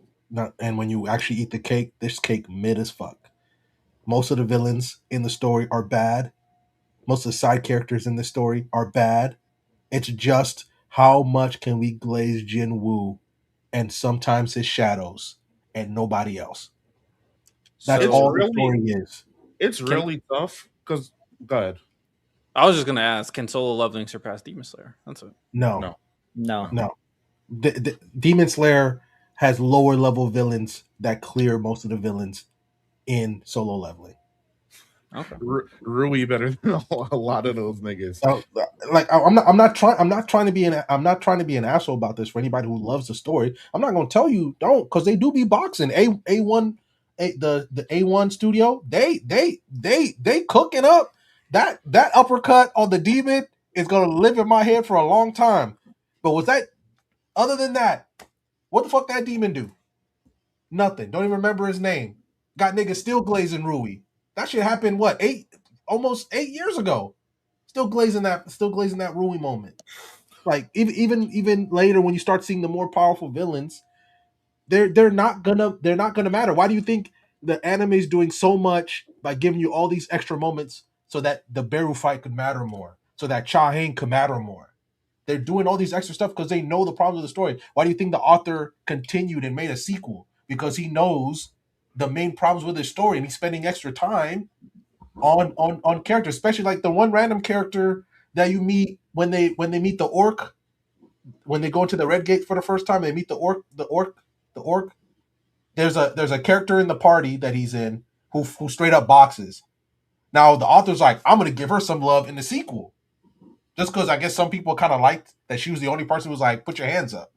But other than that, it's just not enough. And the crazy part is Solo Leveling, like My Hero to me, or not even Demon Slayer, they leave a lot on the table. That you just introduce a whole concept of demons, right? And you go through the tower, you learn they have a hierarchy of some kind, and then you just leave. You just never see them again. Like it's just like, you know what it feels like? Jinwoo does this so he can do this. Then Jinwoo does that so he can do this. Then Jinwoo does this to do that. All it is it's like you're just watching a guy climb a ladder, and he's not doing anything on it. That's all he's doing. And then all of a sudden he's at the top of the ladder on the roof, and nothing, and that's it. It's a lot of frosting while the cake is mid. That's the best. Sounds like the premise of something called solo leveling, though. Shout out. I don't want to make this a Demon Slayer solo leveling topic. We're gonna move on to our main topic, because now it's time to draft 2010's anime. We did a 2020 anime draft. This was our selection. We had Jujutsu Kaisen, Dawn to Dawn, Pluto, Cyberpunk Edgerunners, Solo Leveling, Frieren, Apothecary Diaries, Spy Family, Mushoku Tensei, and 2B Hero X as the selection for 2020. It's time for us to make one for 2010's, the 10 best anime. What's up? Can we do the same thing we did last time and get the Sky's Blue ones out the way real fast? Mm-hmm. Yeah. Attack on Titan was 2010s, right? Yep, yes. that will be there for me. Full Metal. That's 2000s. Full Metal Alchemist Brotherhood is not 22. It came out like 2007. I can double check. I don't remember. Okay, what other ones though? Vinland Saga. Yep. Hunter x Hunter. Yep. Demon Slayer. The GOAT, right? Yeah. Probably, yep. Damn. Sword Art Online. Sword Art Online. Random. I'm with you. Can we put it on? I slander that. I slander that. FMA came out 09. Yeah, but Sword Art Online. The only reason I'm saying let's put SA over because we only have 10 spots and they're gonna fill up pretty quick. I don't think you can tell. I don't think you can tell the story of the 2010s. Didn't My Hero come out in this time? Yeah. It definitely was in 2020, so definitely has to be random. If at 10 you have SAO and ReZero, who you going with? SAO.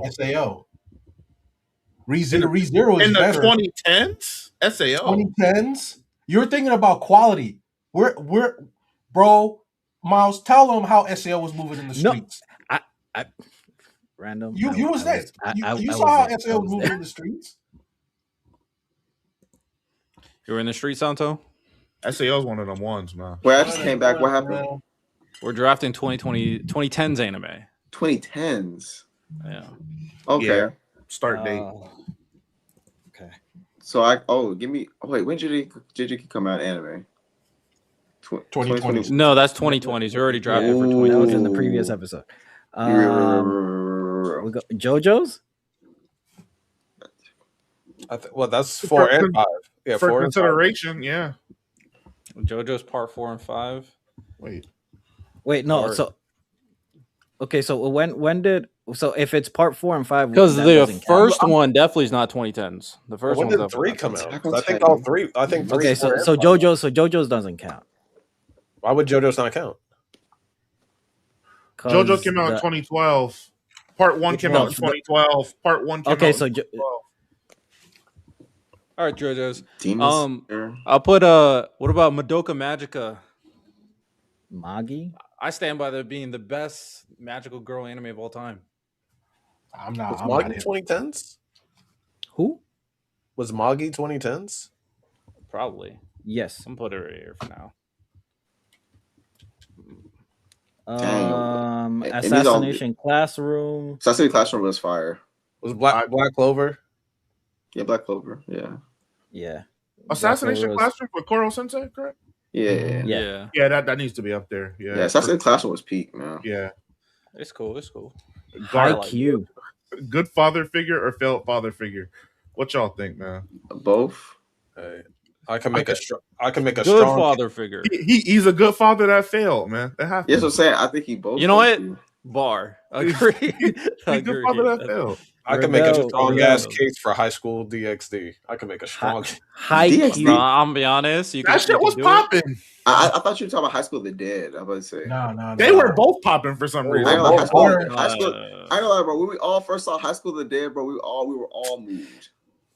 Me, you, and Riddell. We were all moved. Riddell, by the way, he smashed that. The MC smashed that. No, I'm saying. Time out. You was moved, bro. You were moved. the MC smashed that taller sword chick in the shrine, didn't he? What? What are you saying to me right now? What?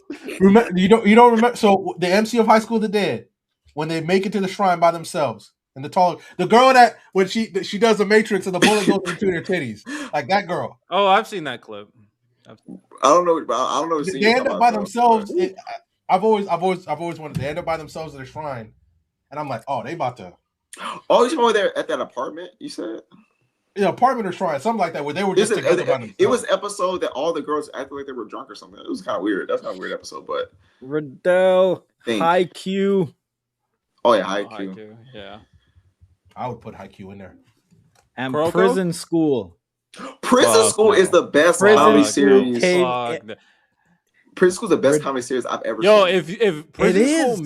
If Prison School makes this list, 2010s is losing. They're just not winning a single. They're not winning a single one. That's who.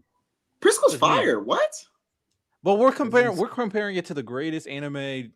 Prison School is one of the best comedy anime ever. Am I tripping?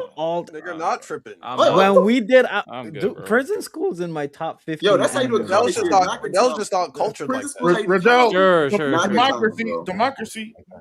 Bro, Prison School's fire, bro. Niggas are tripping. No, I'll put it on the side thing. You know, if y'all want to put it there, hey. Prison School is bro. I mean, putting Prison School next to my GOAT Attack on Titan is crazy, but all right, whatever. We're not saying anything like No Game No Life, but I mean, Prison School's just up there. Hey, No Game No Life was Santo, relax.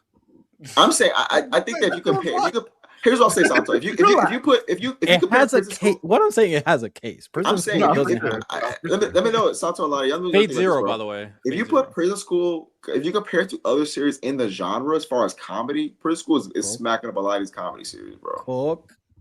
Like and Stay Night, by the way, Riddell, and Unlimited Blade Works. Unlimited. Just do Fate. Just put Fate. Don't even. Oh, Mob Psycho. Yeah. Oh, One Punch Man too. Psychopath. 2010s was kind of hitting other than Prison School, but like, you know what? Niggas trying to tell me these 2020s is better, man. I don't know what to tell these niggas, man. I'll say this, Miles. I remember the conversation. I remember the conversation or the statement you were having about the new gen didn't have good mid. Yeah, 2010s.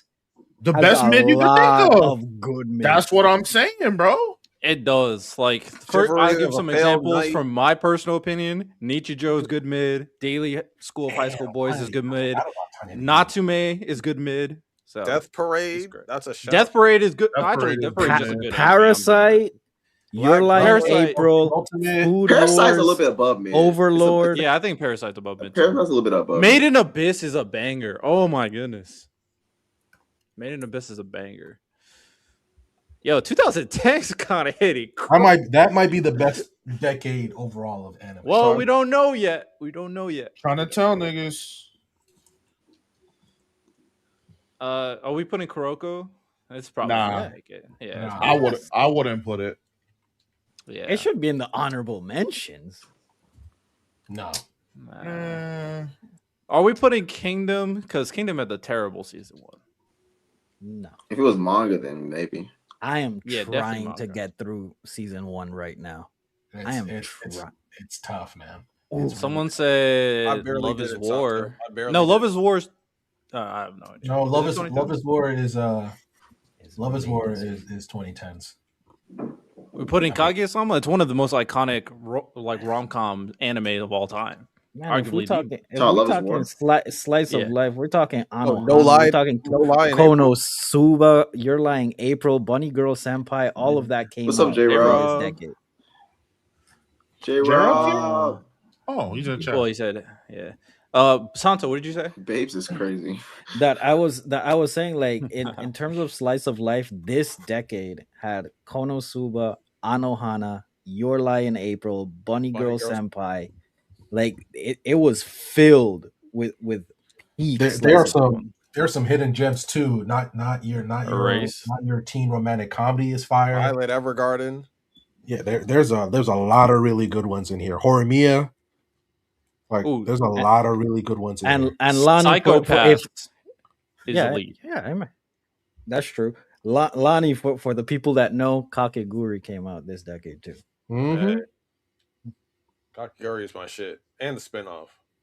Mm-hmm. That anime basically solidified why I was like, I'm never gonna gamble for real. Like, I'm good. Because I know I know people like this in real life. Are they shooting each other in the head type crazy? But I know people fiending like that in real life. I'm good, bro. Bungo Stray Dogs too. Oh, yo, we're talking about real like fucking that shit elite, bro. But Slime came out in 2018. Yeah, I'm gonna be honest. Yo, 2010 is crazy. They got some hitters. They got some hitters. I'm telling Fire Force. Fire Force came out in 2019. I'm telling you, if there's one isekai that makes this list, it's Sword Art. Sword Art started I'm not gonna say started the wave, it energized the wave because every other isekai except for the ones that really stand out, they just basically copy the Kirito appearance. They copied it. Damn near bar for bar. I'll co-sign Sword. I feel like it has to make the list. It has to be on the list. Sword Art has to be on the list. Okay. Right. I'm down. All right. The rest of us agree with Sword Art Online? Yeah. We want to start moving some of those names over to the. God, we got 10 spots, bro. It's tough. Ace No Diamond. I put One Punch. All right, since I'm putting it here. Okay, so we got 5. All right, so we got 5 spots. 5 spots so far. 5 spots left. What are the 5 spots left? I'm putting Prison School on there. Facts. I'll stand by Prison School being on there. Democracy wins. I don't care. Let's go. I'm putting Prison School on there. I said what I said. I love Democracy, man. It feels good to be on the winning team, fellas. Okay. Prison School of the 10 best anime of 2010. Prison School is a top 20 anime of all time. Oh my god. I'm not going that far, hey. That's cap, bro. What are we talking about? It's not. Whatever. It really is. All right, Prison School better than My Hero Academia? They can both be on the list. Yeah, I'm gonna say they can both be on the list. All right, is My Hero making the list? I think it should. I think it should. All right. Is Prison School better than JoJo's? Let me see the full list. Because I feel like we're the ones like you can't talk about the 2010s anime without saying I feel like you can't talk about JoJo's. But I was also gonna say One Punch Man. I don't think you can talk about 2010s anime without more than JoJo's. There's JoJo's Bizarre Adventure. I'm not saying which one's better. I'm saying which one was No, I'm talking about both, bro. JoJo's is extremely popular. I think you're completely underestimating that first season. How that first season. I'm not underestimating. No, I think you're underestimating JoJo. That first season. I think they both have a similar claim. I think where JoJo takes it a step further, it has a cult following that was separate from anime before anime was mainstream. It already had memes based off of the outros during part 3 and 4. A lot of the outfits and the poses are already kind of being copied. Just the androgynous looks of the characters was a big topic of conversation during certain movements during that time. I'm not saying that JoJo shouldn't make the list, but I'm not. I think they should both be on. No, I'm not saying you are. I was saying why I would do JoJo's over One Punch Man. I was making my claim. So they both should be on the list. So JoJo's One Punch Man making the list? Yeah. Mm-hmm. All right. One Punch Man never been that good since, man. Goddamn. All right. So these series, we still got Steins Gate, Haikyuu, Fate, which includes Stay Night, Zero, and Unlimited Blade Works. I think just because of popularity and everything, I think maybe Haikyuu. I think Haikyuu is a 1. Haikyuu was on my list. Give the sports a nod. I'll do Haikyuu. And I'm not even a Haikyuu person. I still haven't even finished it. I still haven't finished it. Somewhere in season 2. They're coming out with another movie too. Oh, I saw they have like a whole roadmap. I'm still in season 2. I never picked that shit back up. That's crazy. So we think Prison School should be there above Fate. I say no, but I'm outvoted. I mean, we can question the list now. I'm just question asking all you want. I said what I said. Okay, so we're being petty. All right, give the people what they want, man. Give the people what they want. It's not being petty. I voted Prison School. I'm here. I'm just asking you. Do you think it's better than Fate? In fairness to Riddell, I don't think Fate is that popular. I think Prison School is more popular than Fate by a wide margin too. By a wide margin, yes. Maybe they're in circles that I'm not in. So I would say, like, no. I think general consensus. I would say, like, obviously, if people are talking like quality of the story, like, Fate would be a better story. The only parts of Fate that really had crazy steam though is Unlimited Blade Works, for real. Zero was regarded as a cult classic, and again, quality. All of the other Fates went under the radar. Like, I know nobody here seen K-Lid Ilia Prisma. I know none of y'all seen that. I know none of y'all saw the Grand Order stuff. I did. I saw the Grand Order shit. How many of the movies you saw? There's 5 of them. I saw at least 4 or 3. I got 3 on Xbox. So yeah, the point being, Fate is niche. I agree with Santo. It is niche, but it's regarded as like a quality series more than anything. Mm-hmm. Prison School is just popular, whether it's for the wrong reasons or the right reasons. That's just popular. Interesting. I can tell you what. I mean, it's popular because it's funny, man. I mean, I hear y'all. You know, I hear you. Other series that I am looking at, we got Tokyo Ghoul. Mm-hmm. Oh, I thought that shit was popping, especially season 1. It was. But... Are we trying to narrow down the top 10? Yeah, I'm trying to figure out how to get Prison School off this list personally. I value representation more than having the absolute correct series up there, man. We got a comedy. That's a good point. Representation, man. You have great battle shonen. You have great sports. You got isekai, and you got a great comedy. All right, man. We trying to. Should we include like a romance or slice of life then? Genuine question. I don't know. Did somebody say Love is War? I don't know if there's a romance. Maybe. Did someone say Love is War? Earlier, I suggested it. Maybe Kaguya-sama, but I don't know if he was. Santo, do you think he was moving Kaguya-sama? No, you don't even like Kaguya-sama. But... I like it. I mean, if we're talking romance, to me, I have Your Lie in April as the best romance. I don't think Your Lie in April was moving Kaguya-sama. And that's what I'm saying. I don't think it's that popular on this list. I wouldn't put it on this list. I wouldn't put any romance anime on this list, to be honest. I wouldn't either. Now, when we go back and Fruits Basket comes up, I'm definitely gonna push for that. Well, you can't do the 2000 without Fruits Basket. There's the first 2 Grand Order movies, and then there's 3 more set in the same verse. That's about a king that wields fire. I can find them for you. Yeah, no, because I saw the first 2. I'm looking on Crunchyroll, and then I saw Divine Realm of the Round Table. There's 3 more. They're not on Crunchyroll. I'll find them for you. All right. Well, it seems like this is our list for the 2010s. So our 2010s top 10 anime of the decade: Attack on Titan, Vinland Saga, Hunter x Hunter, Demon Slayer, Sword Art Online, Prison School, My Hero Academia, JoJo's, One Punch Man, Haikyuu. These are our anime. Let us know what you guys think about it in the comment section. But okay, last segment before we start wrapping things up. Quick little is this BS? BSS Presents Is This BS?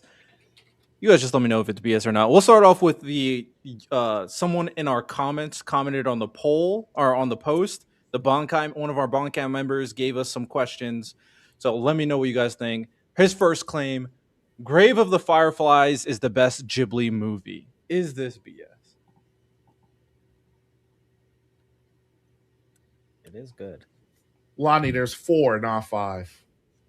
Okay, so I've only seen 3. Yeah. Say what you said again. Grave of the Fireflies is the best Ghibli movie. I think Spirited Away. I would go Spirited Away.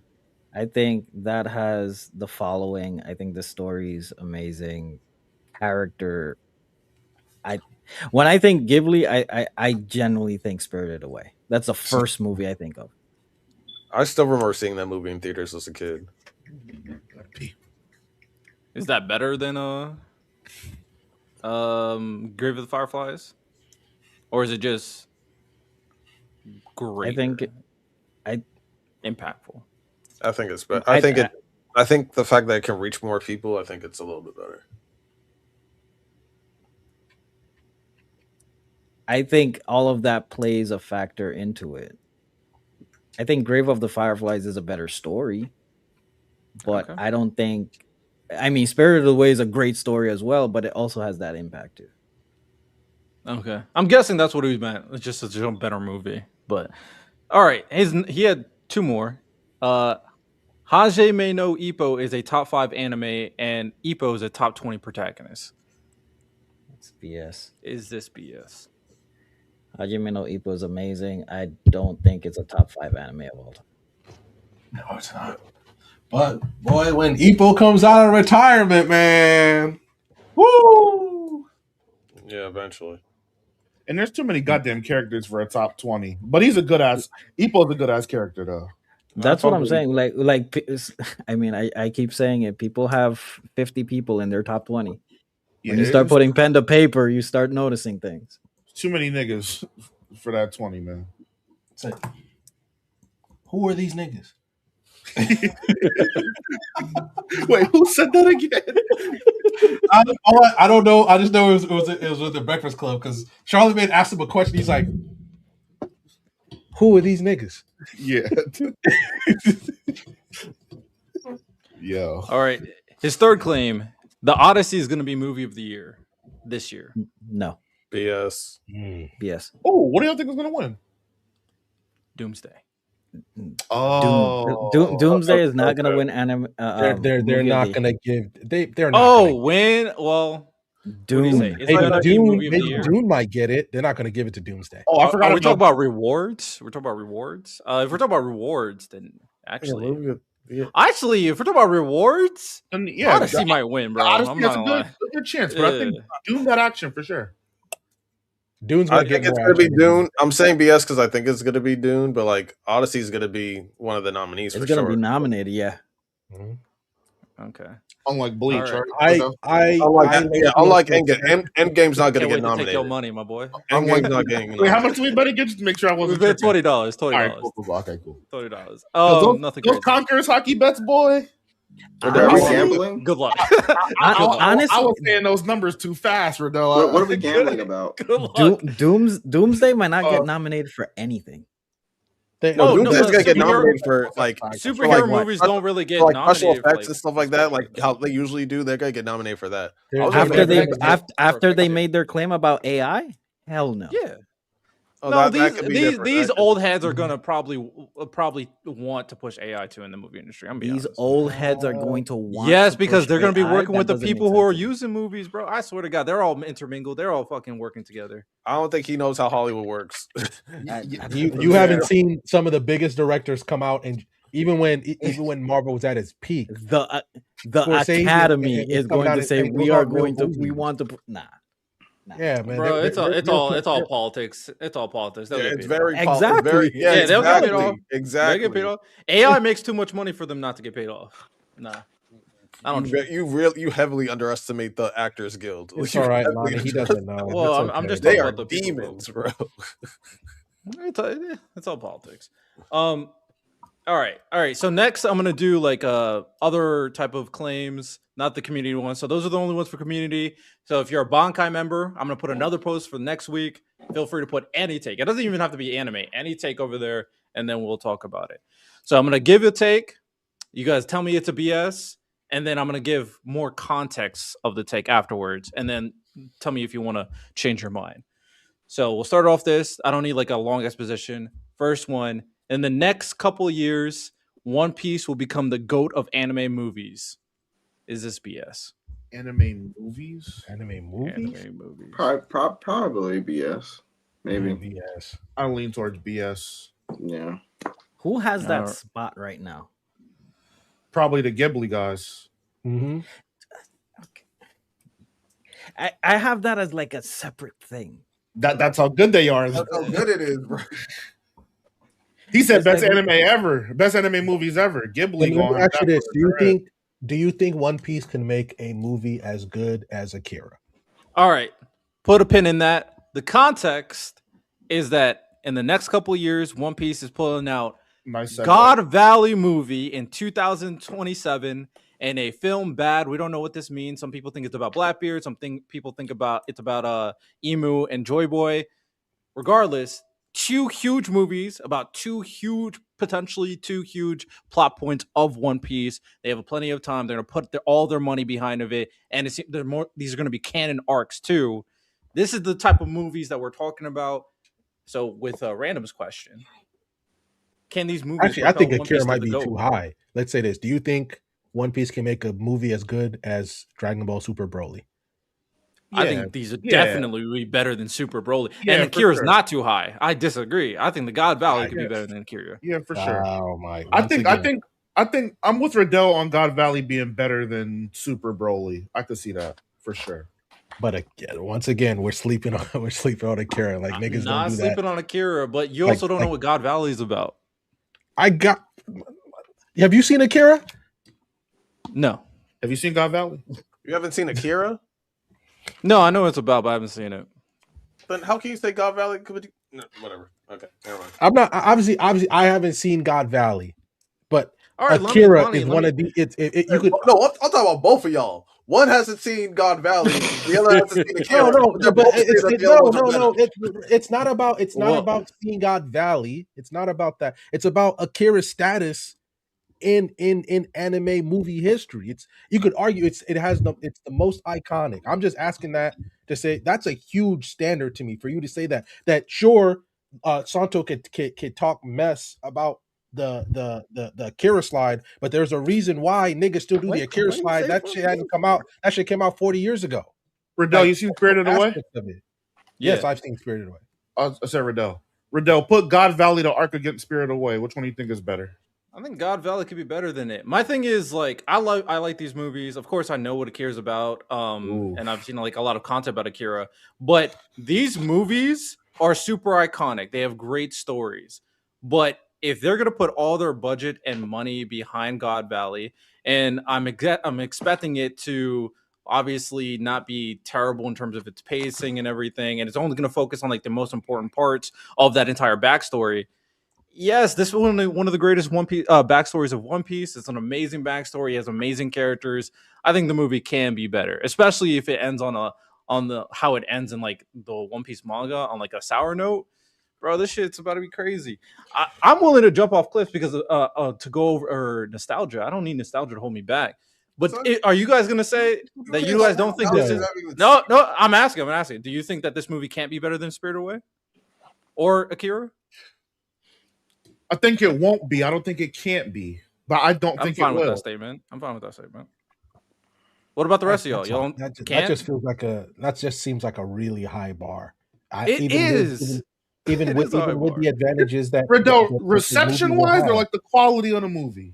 The quality of the movie. I don't care about reception. Oh, so then So okay, if we're talking about the quality of the movie, then yeah, I think it could. Yeah, yes, I think God Valley. I think it's a strong enough narrative. Yes, yeah. I think that execution is going to have to play a major factor. I do understand 100%. That the narrative and the story is there.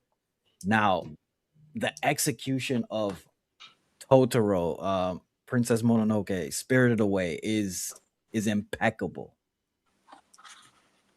That's where my hesitancy is.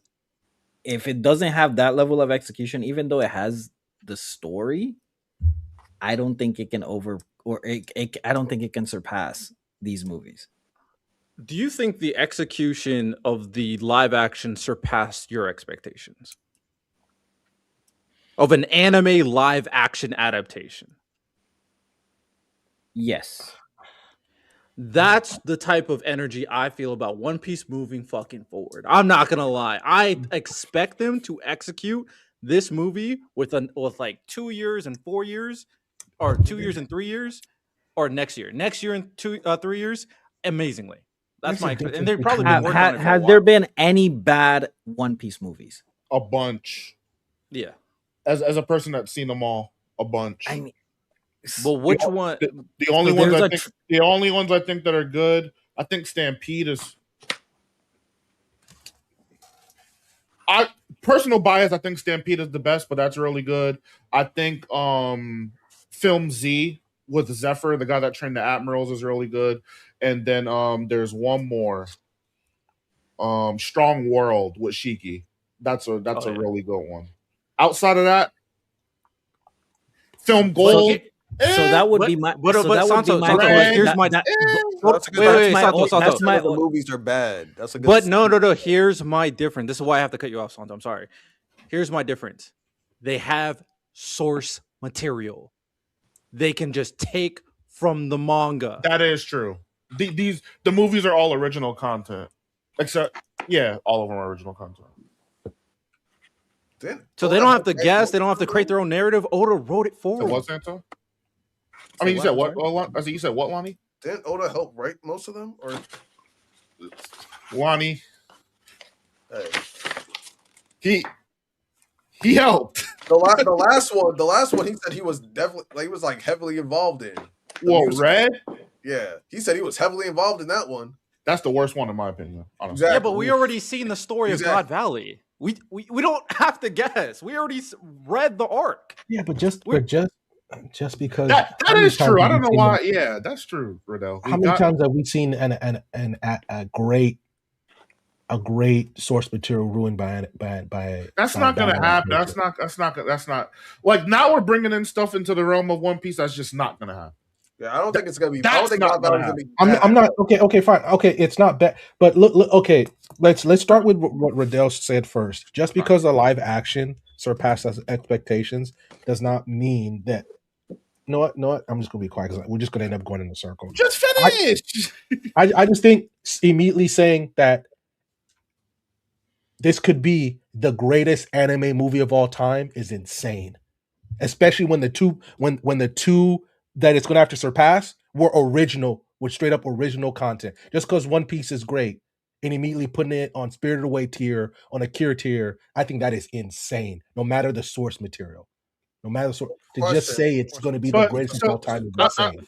But random, if Riddell thinks that the arc of God Valley is as good as any of those movies contain story, and we know it's going to have top tier animation like we're already seeing the anime get, why is that such a bad thing to say? Wait, I've always felt like that. That's why I asked him that question about the arc specifically. If he put the arc up against those movies, does he think the arc is better? Say yeah. So if he believes that the story's better, my only pushback would be. You just said fuck. I'm sorry. I was gonna say go for it. with what we know, like with how they're pacing everything with One Piece. Are we sure the God Valley movie's not just gonna be like the 3-4 episodes that are just gonna be the next season? Because if that's the case, if it's just 3-4 episodes that they're making into a movie, then no, I'm not gonna say like, oh, it's gonna be the greatest anime movie of all time. I'm not saying that it can't be great, or it can't be historic, but if it's one of those just 3-4 episodes into a movie like that we've seen throughout the whole year, I don't think it's gonna be. I'm gonna hedge our bets. I think you're halfway right. I do think they're gonna rebrand this movie as episodes 100%. I think that's what's gonna happen. But I think the runtime of God Valley is gonna be maybe an hour and 30, an hour and 40, something comparable to 6 or 7 anime episodes. I mean, even where they're at right now in the anime, we just got Raps's voice this last week. So they're going to be at a point to where they can probably tell that full contained story like naturally in how they're releasing the anime schedule, which is why I think they took this scheduling route. Do the whole movie, buy some time by re-releasing the episodes, and then move on from there. But I do think God Valley is going to be really, really good. I think it's going to be great. I think it's going to be really good. Yeah. Satu, what you want to say? I was going to say, so I do have a question in terms of when we make the claim that it has the potential to be the greatest anime movie. Sure. I think that's a very nuanced question, first of all, because it is catering to One Piece fans. If like somebody like random that has no idea what's going on in God Valley, it's not going to hit for him. It just isn't. That's true. Here's where I agree and disagree. I agree it's not going to hit as much as for like people who are caught up. I disagree it can't hit with casual fans because it's a backstory arc. Everything you're going to learn from these characters are in the confines of the arc itself. So you actually don't need the extra supposition to understand what is going on. You could still follow the story of Rocks in containment of the movie without needing to watch the rest of One Piece. It won't hit nearly as much as for me or as for Miles, but I think you'd still enjoy it without watching. Yeah, the only thing that would suck is if you got into One Piece and they start teasing it, that would suck. Having seen that movie and being like, I already know what happens. My only pushback to that, Riddell, would be sure you can. I'm not saying that it wouldn't be enjoyable because I genuinely think that story is very enjoyable. Like somebody can watch it and follow along and whatnot. But the fact that there's so many missing context, I do think that does hinder a casual audience. Something like a Spirited Away or whatnot, that it's an original story. You go from here, everybody's on it at the same time. I do think that has a bigger appeal when we're talking about greatest type movie, insert name here. And real just to piggyback, and then Miles, you can go. Like, because we're saying like greatest anime movie of all time. So it's like, from a casual's perspective, are they just gonna introduce hockey and devil fruits and like and the celestial drag, like the way that they deliver it, I think is gonna matter a lot into it being from a casual that knows nothing about One Piece. How are they gonna get all this information in such a small amount of time where it doesn't feel like they're just getting overloaded with jargon, if that makes sense? I think so to hit back on Santo, I want to know first what would the missing context be in this particular story, because for all intents and purposes it's a fully contained backstory. Like there's not really, you could read, I think Riddell already said this, you could read or watch God Valley independent of One Piece and get a fully contained story of at least about Rocks, that's what the movie is really going to be about. And then to Lonnie's point, the only thing I would say is it would be like any other brand new original movie where they have brand new powers and a brand new villain and structure and any of that stuff. You could just the act of introducing the Celestials as being clean and filthy and them having slaves, I'm sure, is more than enough for people to be able to resonate with. These people are bad. Seeing them hunt people for sport. I think the actions and the things they do enough characterization for them to where you're not going to need a whole bunch of explanation of who these people are. You can at least see oppressor. But back to Santo, what missing context exactly do you think somebody would need in order to fully understand this? So when I'm watching a movie from the get-go, so we're going to be introducing characters to the casual audience. Like sure. you're gonna introduce Gold Roger, you're gonna introduce Garp, you're gonna introduce Emu, even though these characters have been along to the story the entire time. Like somebody just coming into it without any backstory of Roger, any backstory of Garp, like these characters are just inserted here, and there's going to be a lot of missing context there. The Garp and Roger, I'll concede. I really can't defend them. I don't think there's a single other character where this applies to. Because just like the readers of One Piece, we had no idea who those characters were. We knew of Captain John. I didn't know what he looked like. I didn't know his fruit. I didn't know his ambitions. I didn't know any of that. I didn't know of a lot of the Rocks Pirates members. We knew Whitebeard in the context of our story for the short time we had him, but we didn't know Whitebeard, who he was, his motivations, what he would do in certain situations. A lot of these characters are getting a clean slate in God Valley. I would say the two you mentioned, and then like Rayleigh, are probably the only ones where it's like, okay, these guys seem like they mean more to the story. Obviously, they're going to see the resemblance between Garp and Luffy and be like, yo, who's this in relation to them? Every other character, you're getting a completely fresh slate. Every character. But then my comeback to that would be, these are the main characters, though, of this story. No, they're not. They're side characters. Garp and Gold Roger wouldn't be considered main characters in this arc?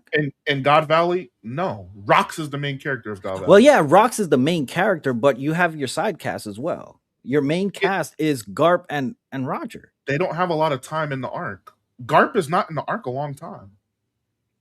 Garp shows up during the actual conflict and has a fight. That's it. No crazy dialogue, no nothing. They cover Dragon more than they do Garp and Roger, to be honest with you. They don't add any additional to Roger's story in this. All they show him is more of how he was in his day-to-day as a pirate captain and not as the pirate king that we know, right?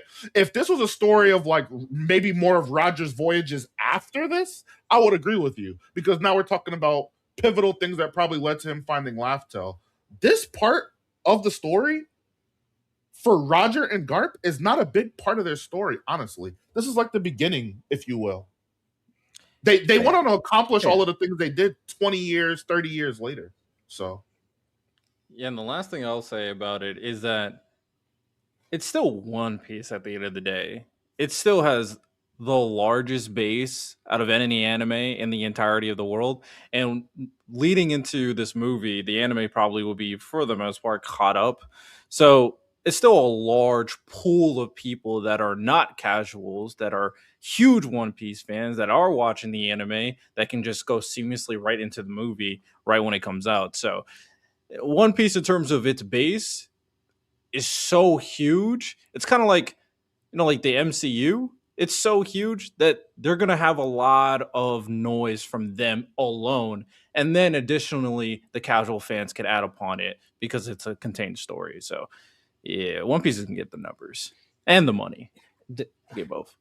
I'm with you, Santo, in regards. I think reception, it'll never be the best. Quality, I think somebody could argue it, though. Sure, and I can concede to that. Now, my follow-up question for Riddell, who do you think has a bigger fan base, Ghibli or One Piece? Ghibli, One Piece, who is a bigger fan base? Oof. I don't know. I don't think it's. I think One Piece might got those. I'm really? not because like One Piece is one of the most popular like fiction, like written stories of all time. It's in all time conversations. I hear you, but the Ghibli studio is it's also in all time conversations. That's why I'm like, I'm not sure. I don't know. And people like Ghibli, but people are like cultish to One Piece. I don't think people are cultish to like Ghibli. They just like enjoy it and think it's great movies. Oh my goodness! I'm just gonna be quiet. I think you're completely underestimating. Oh my god, I'm not underestimating. Yes, you are. Like, yes, you are. Like, it's not just. It's not. You know just what cultish means? Y'all are disrespecting One Piece, low key though. No, we're not. Really? No, we're not. I don't think I am. Santo, you're meeting me. This guy's getting excited. No, Santo, I think One Piece is starting to get disrespected. I do. One Piece is probably, isn't it like the 9th selling property ever? No, it's like number 7 right now. One of the greatest of all time. That's what I'm like. Is Studio Ghibli even in the top 50, 100, 200? They make movies, bro. And here's the caveat I'm gonna get, right? Not what is better, what is bigger. I think sales are proportional to popularity, right? I think Ghibli's claim to even being in this conversation is how good they are at making films. Yes, I agree. I think that's the difference. With that being said, even though I think Ghibli makes greater quality films, I don't think that Ghibli and all of its properties are more popular than One Piece. I don't think they're more popular than Naruto or Dragon Ball Z, to be honest. Popular? I'll say my only pushback to that is that I think Ghibli has the ability to tap into an audience that One Piece doesn't. I don't think that One Piece IP can reach a 6-year-old or a 6 to 8 to 9-year-old that a Ghibli can automatically grab. Are you talking about from like the production, the media itself, or are you talking about the overall I'm branding? talking because overall branding, it can. I think I'm talking overall branding, target audience. I'll say it this way. I don't think One Piece can grab my household the same way a Studio Ghibli can, because I have 2 under 10-year-old children. Chopper? But even so, I don't think that makes it more popular. I don't think it being able to grab more variety of watchers makes it more popular. I don't think the kids equalize how big of a popularity base that One Piece has. I just don't. I'll say objectively, Studio Ghibli is one of Studio Ghibli's. They make some of the greatest films of all time. One Piece is one of the most popular things of all time, based off IP. Like One Piece is more than just the TV shows and the movies and things like One Piece. We talk about all the time how like effective people are using it in like their government riots and things like that. Like One Piece is bigger than just Studio Ghibli always just be movies, but that's like the box it's in. And it's a great box. It's when you think of movies, Studio Ghibli is one of the first things you think of. One Piece is bigger than just movies and TV shows and animes, bigger than just regular media. The fact that we're even having this conversation, if we just stick to your restriction of Studio Ghibli just makes movies, and we're still having this conversation, despite the fact that it also has movies. Shows what is greatly more popular. Like we're just talking about just movies. The fact that Studio Ghibli, One Piece is bigger than movies. Still, all Studio Ghibli does is make movies, and they're still in the conversation, Lonnie. They're not in the. It's not a conversation. To me, it's not a conversation. It's not a conversation. One Piece makes movies, video games, manga. Studio Ghibli doesn't need to do the extra stuff. They just make movies and have fucking Oscar-winning actors. Way more profitable. And them not doing random. Them not doing the extra stuff is the reason why One Piece is more popular. Exactly. This is not about. Okay, you know what? Random. That was the initial which is more popular. Y'all's argument is, well, at least Santo expounded on this, and I'm glad, Lonnie, you steered me in that direction because you actually helped me out there. His direction was reaching wider audiences because of who they can appeal to as far as demographic for movies. Yeah. Okay, you beat One Piece out in the regard of you can garner kids and families and things of that nature.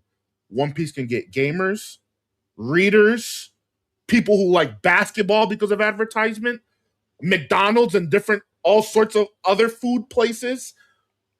We're talking wider audiences. We're not only talking different mediums, we're talking food and entertainment. Like the fact that the moment a Studio Ghibli movie is even announced and you have Oscar-winning actors fighting to even play the roles. That's nothing to do. That's not bigger than McDonald's. Random. That's Random. Dodgers. They're a legendary. They're a legendary accredited film studio. Of course, the best of the best wants to work with the best of the best. Again, prestige and all of that stuff is not just because you sell well. Ghibli's quality is great. I think that's why it's in these combos. See, my argument, because I'm not using the argument that Santos said. I guess I said it. I don't think the quality is going to be there. I just don't think so. The fact that we're still talking about I don't think it can reach the same quality. The fact that we're still talking about movies that came out almost 40 years ago today. Wait, what do you mean by quality? Are you talking about the quality of One Piece, like the storytelling of One Piece? No, whether or not it's the quality of how they shoot their movies and all that. I'm not. This is not. But for anybody who's going to watch this and think I'm not saying One Piece is trash. I'm not saying that. Right. Okay. But the fact that we're still talking about this Spirited Away, which came out 40 years ago, and we're still talking about is one of the best, and it's not. And you don't think that will translate to One Piece? No, the animation is still beautiful. The animation is still beautiful, and it's good, and it's doing it without the resources that the God Valley movie will get. And we're still saying, and I'm still sitting there saying, I don't know if with all the extra resources that One Piece is going to get to make God Valley as great as it's going to be, and I'm one of those people who assume that it's going to be as great as possible. But I've always felt like this. When you're trying to say that something new, and the only thing that breaks this rule for me is GTA 6. That when you're trying to say something new, even with the established property that it has, is going to be the greatest of all time. I think that is an unfair standard to put it to, even with all the backing that One Piece has. I don't see why that is so crazy to say, even if it's quality, to immediately say it's going to be the greatest of all time is insane. Let's can we caveat this because we're kind of talking past each other. Santo's initial question for me was overall One Piece, overall Ghibli.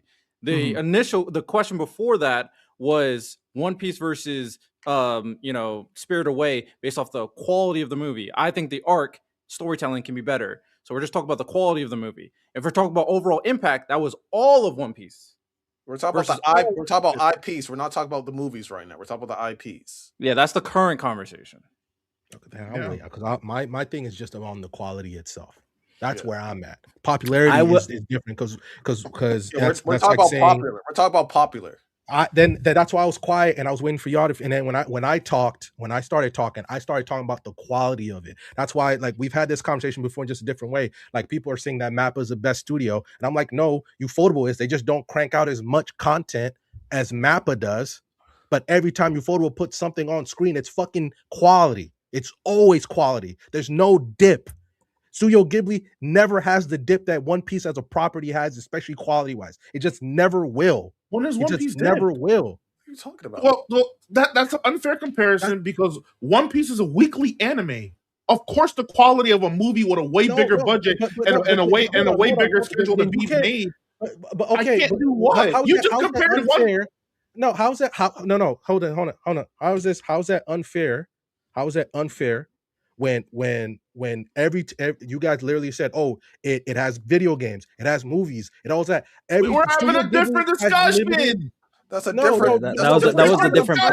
That was a conversation me and Miles were having. That's not directly in response to what you were saying, though. Every time, Studio Ghibli comes out with a movie, especially after it's earned its reputation, they always have to freaking nail it out the park, and they always do. They make movies with big budgets and big schedules. I would hope. The fact that they continually always put out quality, I think that is very impressive to me. Very impressive. Hold on. We literally about 30 minutes ago, when you asked the question about the One Piece movies, Red, which I remember being on Netflix, even though I never watched it, Red got a lot of money to be. Did Red get a big budget thing, especially after One Piece is now?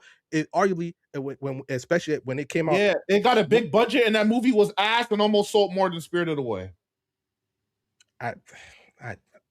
If it was bad, the movie was dog shit. I'm talking about quality. I'm talking about quality. You're talking about quality. We're talking about what's more popular.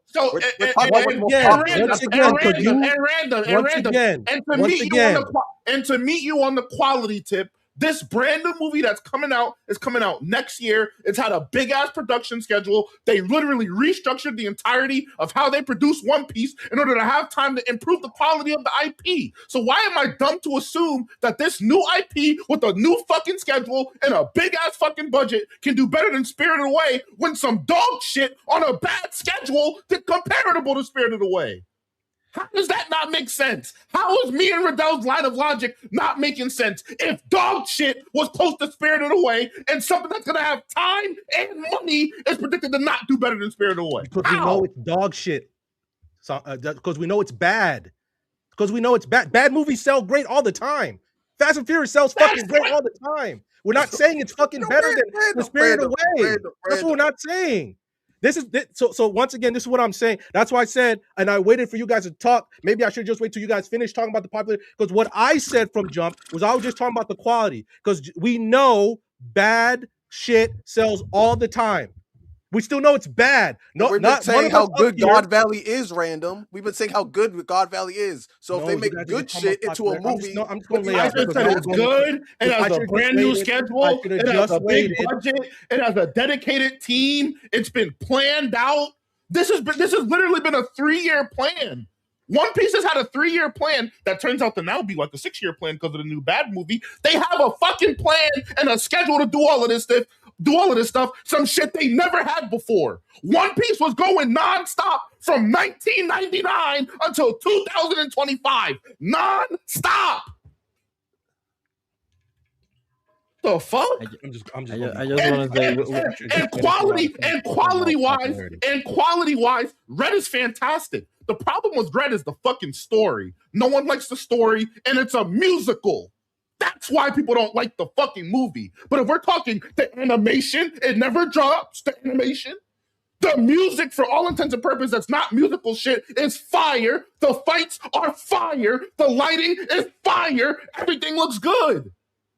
So what the fuck are we talking about? I'm saying that something that already looks good is now gonna have a. Literally said the story. You just literally said the story was bad. You don't have that problem with Studio Ghibli. Yeah, bro. It's not out yet. We're not. I'm talking about Red. I'm not talking about God Valley. I'm talking about Red. And random. This conversation is about the God Valley movie. Why the fuck are you comparing it to Red? I brought up Red as an example. That's all I did. I brought up Red as an example. We'll see. I just think, you know what? I'll say it one more time. I think you saying it's going to be the greatest anime movie of all time is unfair. I think it's unfair no matter how popular an IP is. I think it's unfair. And I've always thought like that. Always have. Okay. Always have. Just because something bad sells more does not mean it's better. We all know that. Random. We all fucking know that. Random. Something that was bad with good quality production. That doesn't make it better. Random. That doesn't make it better just because it sells more. Shut up. No, I'm not going to be quiet. Just because something sells more doesn't make it better. You're not listening. Shut the fuck up.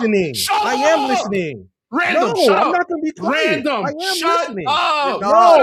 No, I'm not. Random, shut up. Just shut up. No, because you, for some reason, you're just thinking about Random. You are and I'll say it again. We're not arguing, brother. Shut up. Shut up. Go ahead. I'm not going to crash out. Go ahead. The fuck? I've been very clear about what I said. I've been very clear. Very clear about what I said. Am I retarded? Redacted. I will say this, and this is my bias. Jesus. I will say I can entertain Riddell your logic if they, and this is just me, this is what I would like to see. Mm-hmm. If they make it like the fan letter, I'm there. It's gonna be better than that, dog. I don't want it to be. I love the fan letter. Stanto, it's gonna be better than that, dog. That's where I'm at. If it's like the fan letter, I'm with Riddell. I might be with you. Hey, glad to have you, my boy. Glad to have you. Damn, I'll put that in my agenda too. The best fucking backstory in One Piece getting. Hey man, my final thoughts. I don't think that automatically it's gonna be the best anime movie all the time. I think it's gonna be up there. I think God Valley's one of my favorite things of One Piece. I think it's gonna be fantastic. And in terms of which IP is better, Studio Ghibli will always be one of the greatest movie studios of all time. One Piece is competing with Shakespeare. They're in two different leagues. They're not comparable in terms of what's more popular. Yeah, that's shout out One Piece. But with that said, we're about to wrap things up, ladies and gentlemen. Appreciate everybody who watched the podcast episode, and rate the podcast 5 stars, share with your friends and family, all that good stuff. Gentlemen, do you have anything going on? Anything you want to plug before we wrap up? This Friday we got Open Dojo coming up, Miles. I will talk to you tomorrow in regards to the stuff that I have set up for it. What does that mean? Miles, I also need to talk to you about Gamescom and too many niggas gotta talk to me. Leave me alone. Nah, I gotta watch it, Random. I gotta watch it. Yeah. Shout out to CD Projekt Red. We're getting The Witcher 3 remastered with a brand new fucking DLC for fucking free. Free. The whole you're basically getting the ultimate edition of the game for free. That is fucking insane. And this we're getting one of the greatest games of all time for free. And have you seen the trailers and the gameplay? That motherfucker looked crispy. They revamped everything, the skill trees, the combat system. They changed some story beats. They did everything over. It's basically a new game. You want to talk about a comeback? You want to talk about a fucking comeback since Cyberpunk came out? This is insane what they're doing. I'm not saying I'd pay full price. And yet Assassin's Creed can't get it together, man. I'd pay full price for the Witcher. Just let it go, my boy. I'm not, look. If they came out and said we want you to pay $70, I'd pay for it. Shit, it's one of the best games ever. I pay for it. Shit. And It's the fact free. that we're just getting That's it for what's free, crazy. and they're like, "Oh yeah, know those other 2 DLC we released for Witcher 3? They're free right now, starting right now as of this announcement. They're free. So Lonnie, That's you can go right now such smart marketing. and go get Blood and Wine, and I forget the other one. 2 of the best DLCs ever made, bro. Heart of Stone. What you call it, Riddell? They're doing it strategically because the new Witcher is also coming out in about 2 years' time. So they kind of want to have the story fresh in people's mind so that when they get their new game, they can pick up right where they left off. I'm guessing in the DLC, you can play as what's her name, right? So you can technically play as her in segments in The Witcher 3, but the new DLC is coming out supposed to be the bridge between 3 and 4 to get you ready for the 4th game. Which now, Miles, I'm willing to say, I think The Witcher 4 might be better than GTA 6 in terms of maybe not sales, but it's going to take that better title of best game of all time. It's going to rip it from GTA 6 when Witcher 4. I mean, you want to stay 10 toes with that agenda? That's not a hot take. I have no idea because I haven't played either. So no, Witcher 3 is considered better than GTA 5. It's a better game. Okay. That's Witcher 3 is considered a better game than GTA 5. GTA is going to always have the sales argument. It's Rockstar. Okay. But Witcher 4 is going to come out and just take, because I'm telling you, I've said it multiple times, when halfway through or the minute GTA 6 comes out, once the things come out, people will be like, this is the greatest game of all time. And I'm like, wait a year. And Witcher 4 is going to come out and just take that title from it. GTA has more comp than people are giving it credit to. This is a stacked year. Random, are you available to come on Dojo on Friday? I should be able to. Because we have a lot of video game topics. Because I was trying to have a conversation on Dojo about 2XKO getting canned in its first year. Thank God. Having an IP like League and your fan base not show out. I mean, I have a lot of thoughts regarding that. Like, when you make a game specifically for the FGC, it's not going to work when you alienate the casual crowd. Mm-hmm. It's just not going to work. I love America. There's a lot of things, Miles, that I think we need to talk in just terms of how the gaming industry is moving, especially since the Saudis bought EA. I think we just need to have a conversation about it. But this Gamescom thing, that's why as soon as possible we need to do a spawned-in episode just about this in general, because I expect a really cool announcements from it. All right. I can't do this week because 2K comes out. I can't do next week because I'm going to like 3 concerts the week after. Mm-hmm. Or if you could fit a weekday, I like weekdays. Let me know the weekday and I'll make it work. Yeah. On the topic of enhancements, before you segue, Riddell, mm-hmm. Crimson Desert. For the people who played Crimson Desert and felt like, man, this game has no story, they dropped a free enhancement and they added an entire story into the game. So if you felt like there was no story, there's now a story. You can play this immersive experience. Now, I'm not sure why you'd want to play a 300-hour story game, but if that's something that you want, you now have it. So enjoy. That's also completely free. Yeah, Miles and I also are planning to go back to Crimson Desert. We said we'd wait. Well, now we have to. Now we have to. There's a story in it. Yeah. Because I'm not gonna hold you. I was like Miles near the end of my time in Crimson Desert. I was stealing from everybody. Throw that mask on. What are we talking about? I turned the game on maybe like 2 weeks ago. I am so fucking rich. Like it was boring how much money I had. I was like, oh man, I don't even want to play anymore. I'm just too fucking loaded. That banking system and investing, I'm rich as fuck in that game. Me and the black market goblins, we homies now. They get excited when I walk by. But what's good, bro? Does anybody else have anything else to plug, Lonnie? I think something about Dojo. For me personally, real quick, my Ted Lasso video should be coming out next week. I've caught up to the latest episode. I'm really excited. I think this might be the best season since season 1, just the way it started. I'm willing to stand on that. just in terms of obviously it's a new market, and also Ted Lasso works best when Ted and his team are underdogs, and you started to lose that near the end of the original run of Ted Lasso. So I'm really excited for this, but I do say this: I think at the end of this new run, I think it's going to end badly in terms of I think the team might fold, just because it's just because of how hard it is to run a professional women's soccer team, no matter where you are. It's just there's just not enough interest. So I wonder if they'll just be like, well, we're going to be done, so let's go out with a bang type of ending. Because I also don't see this going that long. I think this is probably going to be the last season because they wanted to end it at season 3. Then Apple pushed hard, so they made the season 4.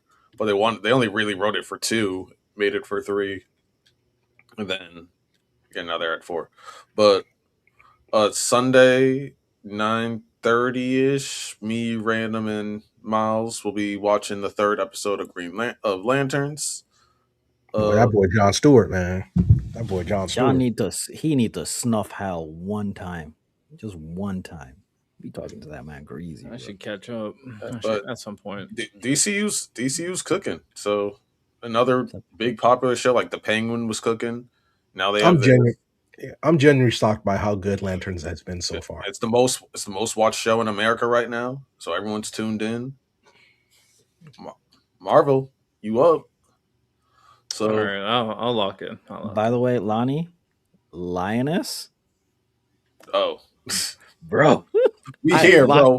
I'm so locked in, bro. I'm sorry. Lanterns might be the most watched show right now, but Lioness season 3 is the best show in television right now. I can't talk enough about Lioness. Also, there's a show on FX that when I was driving to go pick up my mom up from the airport today, there were posters about it everywhere. Got like 3 Emmy nominations.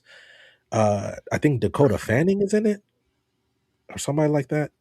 But I need to find the show because it's getting a lot. But I saw like at least just leaving the airport alone, I saw like 3 or 4 billboards talking about it, and not just the fucking paper ones. Even the video billboards were glazing it.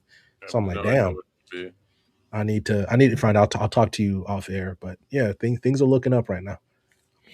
All right. With that said, ladies and gentlemen, fantasy football draft for BSS is next week. So if you're part of the fantasy football thing, drafting starts next week. So make sure you guys tap in. Of course, Patreon, we have a lot of good content over there. So make sure you tap into that as well as we put the content on screen. And then I don't know, nothing else I want to plug at the moment. But yeah, make sure you guys, support what we got going on. Patreon, Bankai member to be a little bit more involved with the community. With that said, if you guys are listening or watching, like or rate the podcast 5 stars and share with your friends and family. Hope you guys enjoyed. You have a good one. Take care.